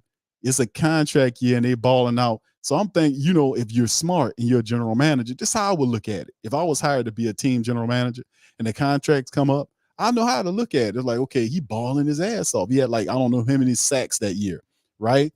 And I'm looking to myself saying, where the hell was this at 2 years? Where the hell is this guy at, man? Is this a money thing what you think? And see, and that's what you're looking at, because you're looking at the time. And of course, you got to factor in, did he have an opportunity to start, or with his play situation, why he didn't beat this other guy out so that he can have the stuff like that plays. And then injuries happen, because the way Caden Ellis got an opportunity to get that money from the Falcons in the last year with the Saints is that injuries happened to the linebacker core, which gave him an opportunity to step up, and he took advantage of that.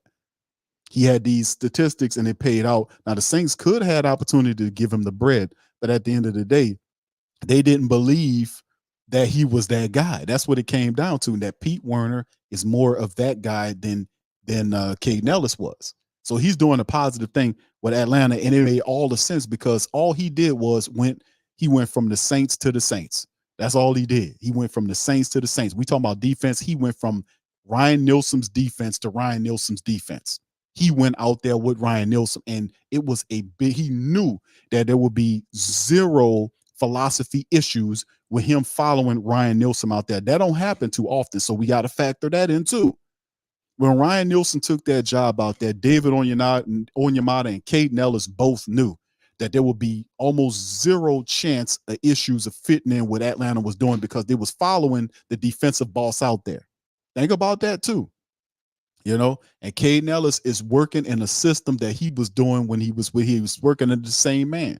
The dude is now giving him more responsibility, but at the end of the day, it came down to money and whether or not they believed that he was that guy. They didn't believe it. They let him walk. Now, I'm pretty sure they would have gave him some money at the right price, but in the end, that's another one of those situations where you have to look back into the history of it to kind of get an idea of what they're talking about. Shout out to you, Brent, for the Cash App. He says, for hope they don't get, hold on, I'm sorry. That's one that you sent. He says, representing the Who Dat Nations from Vegas. Okay, shout out to Brent. Brent's in Vegas. Okay, shout out. He says, we're going to find out who them refs always call. That's right, bro. Thank you for that, man. Thank you. Far too kind. All right, thank you, Brent, for the Cash App. Tasha says, he says, there goes Sean. That's Sean. That's my favorite too. That's the favorite couple right there, man. Sean and Tasha. Says Q, Big Sean and I are here at the table eating a bowl of my homemade chili. All right, man. I'm sitting here drinking coffee. Y'all eating chili. Why you didn't offer me a damn bowl? Man, you know what? Second thought, don't offer me a bowl of chili. I'm drinking coffee, and that might be a real volatile mix. So we just gonna chill with the coffee. You dig? I'm just gonna keep the coffee. Might not work too well. It might be disagreeable right there. All right, St. Goma says, Q, question Q, what's up with our kicking game? Any solution? You got a rookie, bro. You got a rookie. You got a rookie there. You got a rookie there. So, and this is what I cautioned early on when the season started. You're gonna have to have patience, St. Gomer, because you got a rookie. The guy's a rookie, and it's gonna take some time. Now, I'm not saying he can't do his job, but that's how it is with rookies. We got two rookies. One's a kicker, one's a punter, and it's just a matter of time. They just have to get. Now, they're really good rookies, but still in all, they have to go through what they go through to get better. You know what I'm saying? Because this is all new to them. So it's a lot different if we had kept Will Lutz and Blake Gillick here. I think we would have been a lot further along. But no disrespect to our young people, they're doing a really good job. But the kicking game as it stands, man, is just what it is and where it is when it's in the hands of rookies. As our kicker and punter is. Now, Rashid Shaheed is really good at the return game. He's top 1-2 in many statistics from a special team standpoint. They're doing a better job there. And they did a much better job in kick returning and punt returning than they've done in a while. Issue is, I still would like to see some more improvement there from Darren Rizzi. I got to give him credit because I've been beating him up for the last several years about how pathetic our kick return and punt return looking because they're not blocking. They're doing a better job of blocking, but still need to do a lot better job of blocking. When you got a Rashid Shaheed back there, kick returning and punt returning, with the speed and the vision that he has, if we can get those guys to block better, we can get at least 2 to 3 returns, whether they kicks or punts combined every year. We got one return this year, and that was the last time we had a return of any sort was several years ago. We don't get those. And when we get them, it's a treat. So that's what I'm saying. Like, if they can block better, we can have at least 2 to 3, maybe 4 returns in 1 year from the special teams, or at least be able to get it set up where we get half the field, or we operating on the short field, which helps the offense tremendously, you know? So we still need to block better, even though we've done a better job than what we were doing years prior. But that was a big point. Wow, I just been beating up Darren Rizzi. Man, we need to do this better. You need to teach these guys to block for Rashid Shaheed so he can have an opportunity to flip the field or even get a touchdown. That's game changing. If you get a punt return or a kick return for a touchdown, that just electrifies everybody, because we don't see that often. And when you see it, like, man, it's like somebody bought you a brand new vehicle and put one, like them old cheesy, what is it, them car commercials. When you come outside and there's snow everywhere and they got a big red ass bow on top of a vehicle, look what I bought you. I bought you this truck here. That type of stuff. It's like a big, beautiful gift that you wasn't expecting when they give you that. And we can do more of that. But thank you for the question, bro. Tragic says the talent has been there, but the Saints draft players and play them behind people. All right.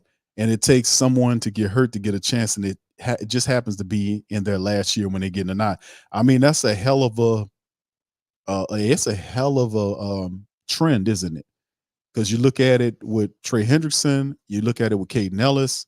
Well, Trey Hendrickson, the Saints were looking at Trey Hendrickson. He was a 3rd-round draft pick out of Florida Atlantic, I want to say. They knew Trey Hendrickson could play. The issue was the Saints and Trey Hendrickson was that he couldn't stay healthy. So what am I to believe? That you are what you are in the 4th year when you finally were able to capitalize and get multiple sacks opposite of Cam. Now, remember, he wasn't double teamed. Now, you got to keep all this in factor. You got to keep all this in mind. He was here for 4 years. He was hurt 3 of the years. And then in the contract year, he balls out and he doesn't get double teamed from that side. He doesn't get double teamed. He beats the guy on that side one-on-one, because Cam was getting doubled on the other side, even tripled. So Henderson did what a good defensive end is supposed to do: beat the other guy for a sack. He did it really well. He got paid, but the Saints already had a 1st-round draft pick defensive end on the team, waiting in the wings, to make something pop. So he was already going to get out the door. There's no way the Saints were going to match him unless, he decided to take a discount, and he went up there and he did his thing. The Saints knew he was going to be a good player. What they didn't know is that he would be better than Davenport. Now, they didn't know that. So anyway, all right. So anyway, shout out to y'all, man. Appreciate y'all being in the stream here. Y'all got any more questions? Look like I'm about to get on the pod here. I don't see any more questions here for the family members throwing out there. But yeah, man, listen, man, we should be able to get the victory in this matchup, man, for real.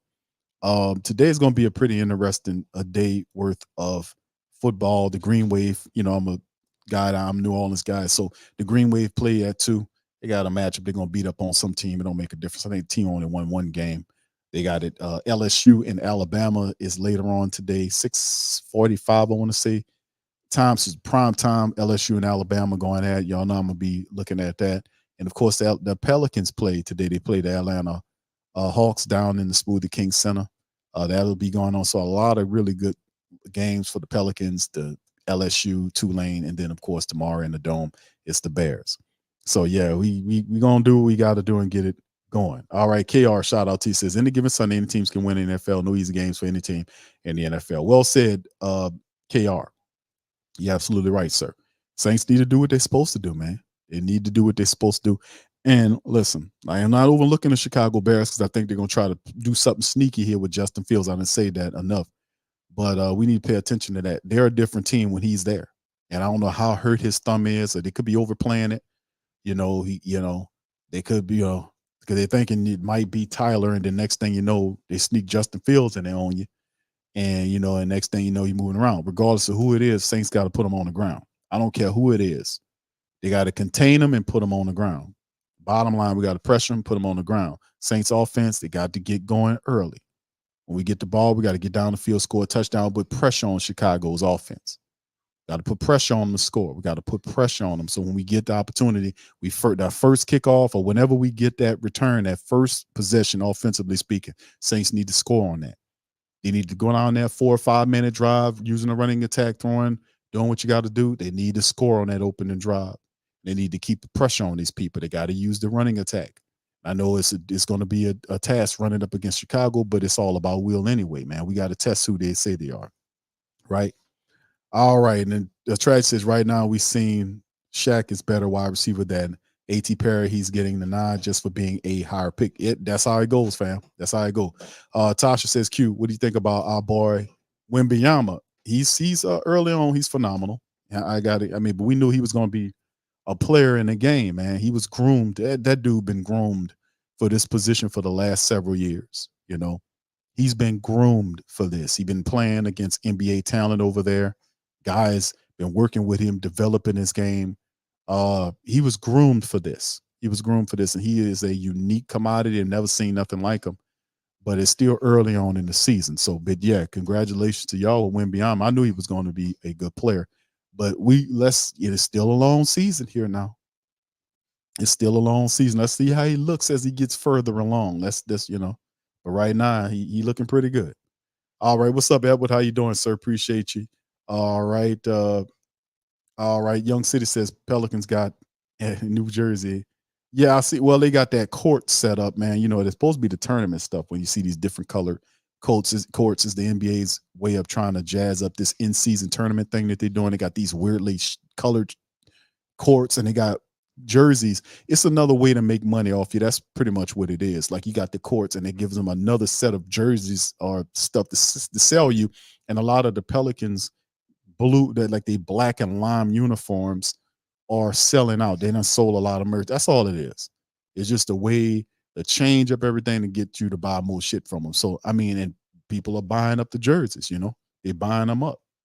That's just the way to just create new merch. NBA is a machine, man. It really is. Probably one of the best machines in the business of how to change things. They're very innovative. And the NBA is it's very wealthy. I was researching NBA, found out they got ownership in leagues and they got this NBA Africa. They got stuff going on in South America and Europe.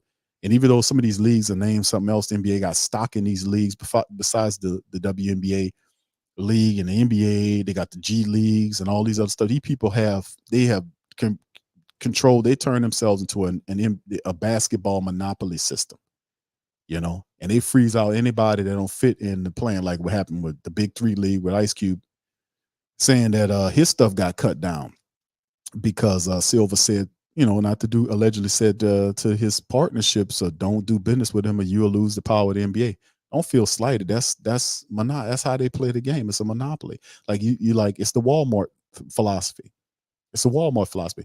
If people don't want to drive a little further to a smaller store and pay, you don't want to drive a little further out to a smaller store and pay a little bit more money for the same item you could pay for in your city at Walmart or whatever, you know, one of these big box stores or whatever.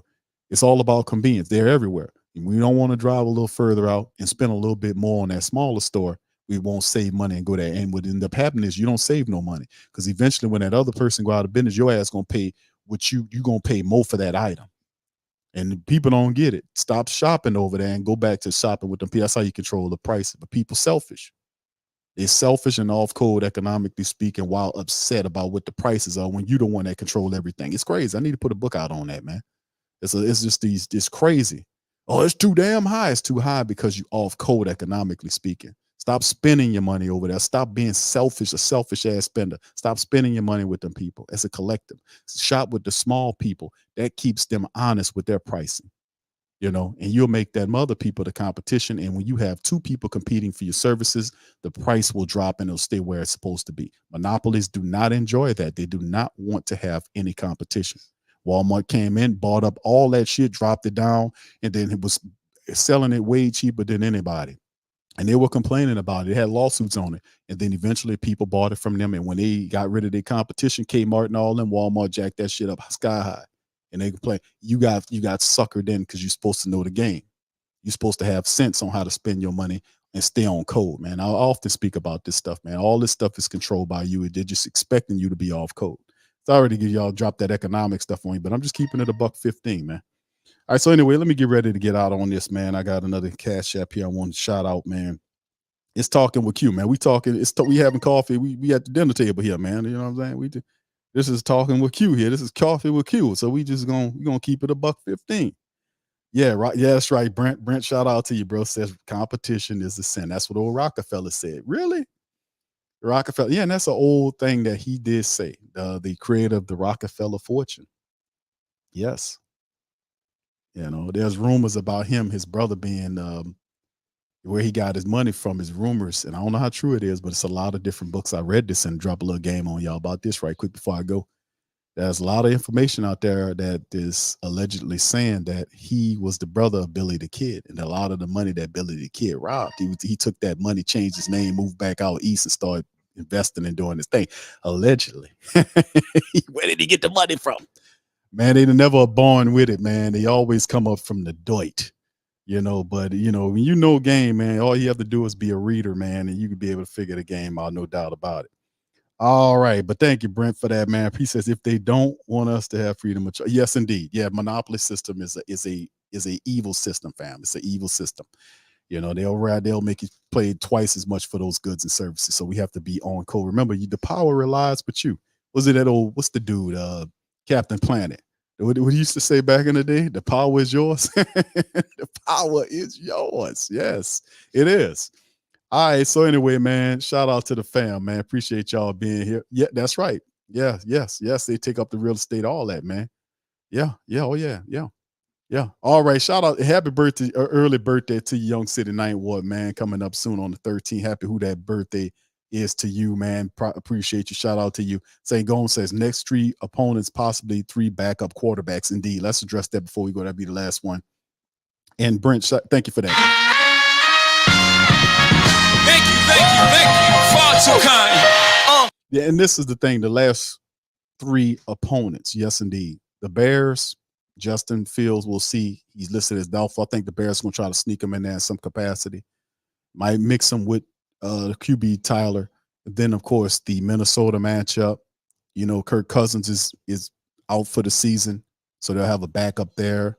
There's a bye week, and then the Saints come back. You have Tyler Heineke, who could be the quarterback, but that's still far out. So you still have, a month worth of game? 1, 2, 3, 4. Yeah, you got a month worth of games. Like because the Atlanta game in Atlanta is the 4th game. It's like, 4th game, 4 games from now, including the bye. So things could change. Then they could very well go back to Desmond Ridder. We won't see them for a while. Things could change there, but possibly you're right. The next 3 teams we play are teams that will be seeing backup quarterbacks, should help you in winning these games. So it's not fortunate for those teams, but it's fortunate for the Saints. The Saints should capitalize on the Chicago Bears having issues with the quarterback. They should capitalize on Minnesota having issues with their quarterback. Now, we don't want to overlook anybody at the same time, but they're not at full power, and you're supposed to be able to capitalize off that. There's no, quarter given. If it happened to us, they'll be doing the same thing. So we have to be able to do that, man. We have to be able to capitalize on the fact that they are dealing with injuries, and we have to get this dub. That's the bottom line. No problem. We all good. Shout out to Brent. He says, be blessed. Who that's? Come on, man. That's right. Hey, bro, come on now, dog. Come on, man. Indeed, my friend, indeed. Shout out to Young City 9th Ward. Marley Mall says, Q, you doing the Pelican? Yes, we are doing the Pelican post-game report tonight. DC will not be in attendance. It'll be me and Lexa. We'll be recapping that thing. We'll be covering that tonight as well. Tragic says, don't discount DA factor. The DA factor. How about that? The DA factor. The DA factor. Yes, it's the problem. That's what we're 4-4. It's definitely really any decent head coach worth his salt through these games and the talent that the team has had. We'd been a lot further along. I think I can poll everybody in here and ask them through 8 weeks, what is the Saints record? If I'd have did that at the start of the season, nobody, maybe Uncle Paulie would have said they'd be 4-4, somebody like that. But maybe 1 or 2 people like Uncle Paulie would have said the Saints would be 500. He definitely would have said that. Uncle Paulie would have definitely said that.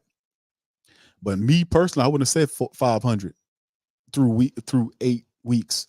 I wouldn't have said that. I'd have said at the very least they would be a 5-3 or something like that. I would not, 5-3 or something like that. I wouldn't have said 500. I wouldn't have never said that 4-4. I wouldn't have seen that. But it's the DA factor. That's a part of it. What's the DA factor? Adjusting the stuff too late, making changes you're supposed to make early, but you say you're gonna do something and don't do it. They struggle through it. Not sticking to things that work. There's a discipline factor. The DA factor is a discipline thing that happens. Like the team's discipline is not as high as it's supposed to be. You know what I'm saying? We still dealing with pre-snap penalties. That's a part of that's the DA factor because he's not much of a disciplinarian. I ain't saying he letting them run the building, but he's not much of a disciplinarian person. He adjusts way too slower than I would like him to do. He doesn't take as much onus on the offense when you see them struggling like they're supposed to. He's supposed to be operating over there, just looking over their shoulder every now and again to see if they know what they're doing, not just leave it to them and go ahead and say, well, it's your game. I'm going to just be over here. No, you the boss of the team. You supposed to be making sure everybody do their job, So that's the DA factor. When people talk about the DA factor, that's a part of it. That's why the Saints are 500. And people are like, man, well, at least be 500. You're not supposed to be 500, fam. I don't know if you know that or not. And then some people say, well, at least we ain't below 500. You ain't supposed to be around there, bro. You ain't supposed to be low or you ain't supposed to be at 500, brother. You're not supposed to be sitting up there at 500. You're not supposed to. Well, the NFC South is bad. Yeah, you're supposed to be dominating the NFC South right now. You're supposed to be 2 to 3 games above the closest team to second place right now.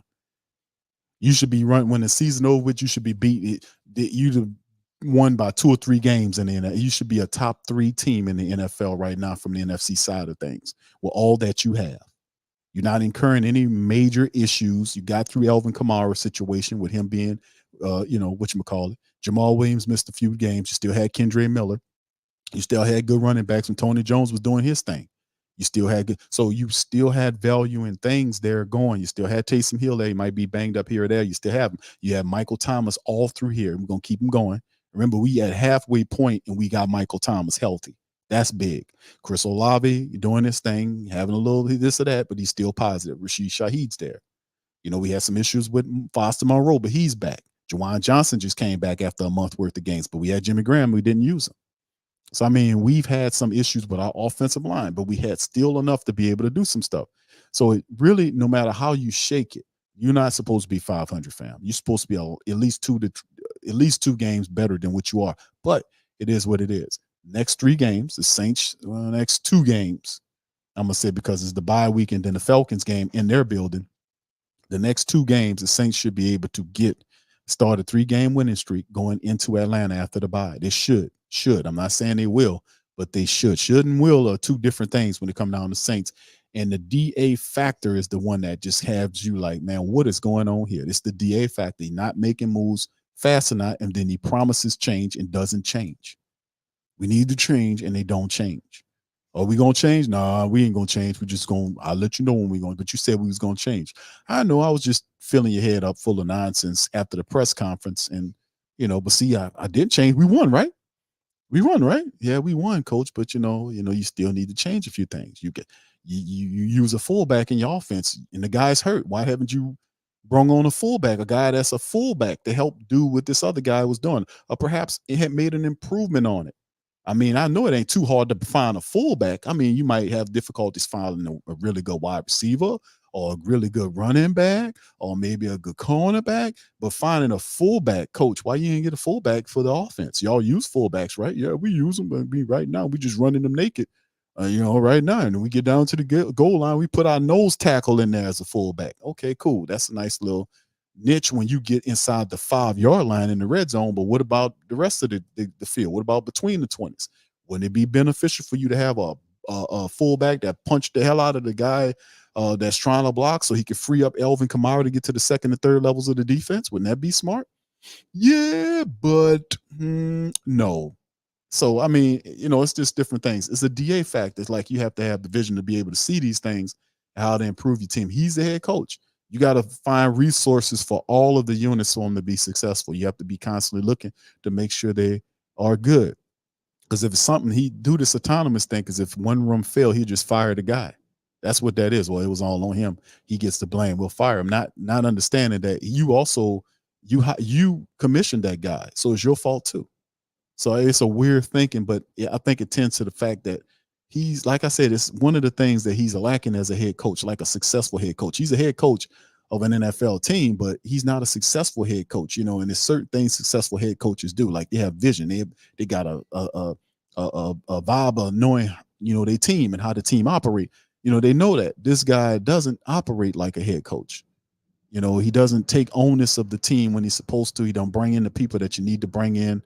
We sit up here trying to trade for Hunter Renfrow, and we need a fullback. You know, I mean, wouldn't it be beneficial for you to find a fullback to bring him in? Just this other guy hurt, and the fullback can really help us improve even more with the. Could you imagine having a fullback that can block open and push open? You know, let him be the first guy that connect with the defensive lineman. Let him be the first guy that connect with the linebacker. And then Kamara follows him up into the second level of the defense, follows him into, Jamal Williams, Kendre Miller, Taysom Hill, whatever the case may be. We got a guy in there that just knocked them on their ass. And I'm pretty sure you could have found him. We trying to get Hunter Renfrow so he can come here and be the fourth wide receiver in the Saints offense. Why? Why are we looking at this guy? You know, so that's just some of the questions that I would kind of look at, man. And it is what it is, man. In the end, that's why I'm saying it's definitely a DA effect, man. That's why you are a 500 ball club. We're 4-4. We ain't supposed to be 4-4, family. But be honest with you, you're not supposed to be here, but we are. Anyway, so shout out to the fam, man. Thank y'all. Let me get ready to get out of here. Quaveda says Renfrow wasn't even needed, but anything to please Carr, you got. Yeah, I know, brother. When they were saying, why are we looking at Hunter Renfrow? I asked that in a question, like, I like Hunter Renfrow, but he's not needed. The only way I look at Hunter Renfrow, and I'm not the general manager, but if I was the general manager, you know, I'll look at my team and says, first of all, Hunter Renfrow is too expensive. If you got to talk about who gonna pay the rest of this damn salary, we don't need him, brother. We don't. I mean, common sense. Come on, bro. What are we doing here? Why are we over here looking at Hunter Renfrow? And he's in what killed the deal is his contract. He's expensive. And we got guys that's not as expensive as him tearing up out there catching touchdowns. Rashid Shaheed is not making what Hunter Renfrow making, but he killing the game. Rashid Shaheed gives you great value because not only is he a top-notch, top 2 kick returner, punt returner in the game, a good return man, a top 2 return man, and some stats have him as number 1 in the NFL, but he also provides value as a wide receiver 3 for you, out there running around, catching passes, deep passes, all this kind of stuff. So you get great value with Rashid Shaheed. Why would we need Hunter Renfrow? None of our guys are hurt. Now, if they were hurt, I can see the rationale doing it there. But no. And then a big part of the sticking point why the deal fell apart was because his contract. Who gonna pay this much money on the contract? Well, y'all gonna pay it. No, we ain't paying that. Y'all, we gonna give you the player. You give us picks, you pay the shit. Now, and that's how it was at. It fell apart because the money didn't work. Who gonna pay this money? I'm like, dude, what are we doing here? What are we looking for? A wide receiver? The best that Hunter Renfrow can come in and do is be a 4th wide receiver. We don't need Hunter Renfrow. We need something else. We could have used the fullback. Hell, we could have used something else. We could use maybe another veteran safety to help y'all. I mean, if you're looking for that, maybe another linebacker, maybe another interior defensive lineman. You know, maybe another offensive lineman that come in with all these damn injuries we have. You know what I'm saying? Really, truly, the biggest open spot on the Saints team is the fullback. They don't have a fullback, fam. And we usually keep a fullback, and there's no fullback there. We have to use our nose tackle as a fullback. That's not how this is supposed to go. But, you know, like I said, the DA factor, yeah. Yeah, I do, bro. I do, man. That's my squad, man. I love talking about a lot of shit, man. Sean said deal would have benched Olave. We got, seeing that would have been problematic. Because see, if that would have, I'm glad we didn't get Hunter Renfrow from an economic standpoint. I'm also glad from a chemistry standpoint. Because if Hunter Renfrow comes here, Chris is somebody that's not going to play. We know Mike's going to play. It could be an issue. Would it be Chris Olave, who a lot of people are looking at right now? I think Chris Olave is going to be fine. But if that happened and there been an issue with Chris Olave where he got pissed off, that could mess up a lot of stuff because he's in his second year. He's a phenomenal target in the future of the wide receiver room. You don't want to piss him off. Rashid Shaheed and him will be solid future wide receivers for us.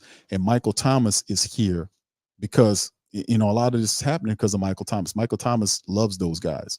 So, you know, I think he comes back next year after his contract is up this year because of his relationship with a Chris Olave and a Rashid Shaheed. He loves those guys. He loves them. So, I mean, we have harmony there. You don't want to break up the harmony because you're trying to force a guy in there because he used to play with this other guy in another team. It simply don't work. That would not have been a smart move. All right, so anyway, let me get on up out of here. Listen, I appreciate everybody for stopping by on Saturday Morning Saints Talk, a.k.a. Coffee with Q, Saturday Morning Saints Talk. So shout out to the fam, whether it was coffee with Q or water with Q or orange juice with Q or Jack Daniels with Q or Bahama Mama or whatever, you know, whatever the case, whatever you're drinking, man, I hope you had a good time. Be sitting at your kitchen table eating beignets and drinking coffee with you and talking Saints, man. Now I shall take my leave. So with that being said, I'm gonna get out on that. Listen, I appreciate everybody, man, for all that you do and how you do it. Shout out to everybody. Eric says, Q, what do you think about our new linebacker? Oh, Shasta. Shasta with Q. Okay, cool. That's what you're doing. They said, what do you think about Corey Littleton? Corey Littleton is going to replace the guy that we talking about, Jalen Smith. I don't know. I know they signed him to the practice squad. We'll see, fam. We'll see about Corey Littleton. I like how he played with the Rams. And I think if he's one of a vet option for us, if something were to go wrong with our linebacker, Demario Davis, if Demario can play, then we can look forward to seeing him there as well. So we'll see. All right. So anyway, shout out Marley Mall. Good to see you, brother JT. How you doing, sir? I appreciate y'all being in this thing. We're going to be all right. All right, so with that being said, let me get on that. Much love to the fam. Appreciate y'all. Y'all check out the merch, man. The link is in the description section below on the latest merch gear. Y'all check that stuff out, man. And I'm going to holler at y'all. Flip side, I'll be back later on tonight for the Pelican recap. Also, I'm doing the LSU recap right after the game. We'll do a Pelican postgame report recap later on tonight, too. So much love to the fam. I'll holler at y'all. And then I'll be back tomorrow for the game. Y'all know how we rock it. Much love. Who dat?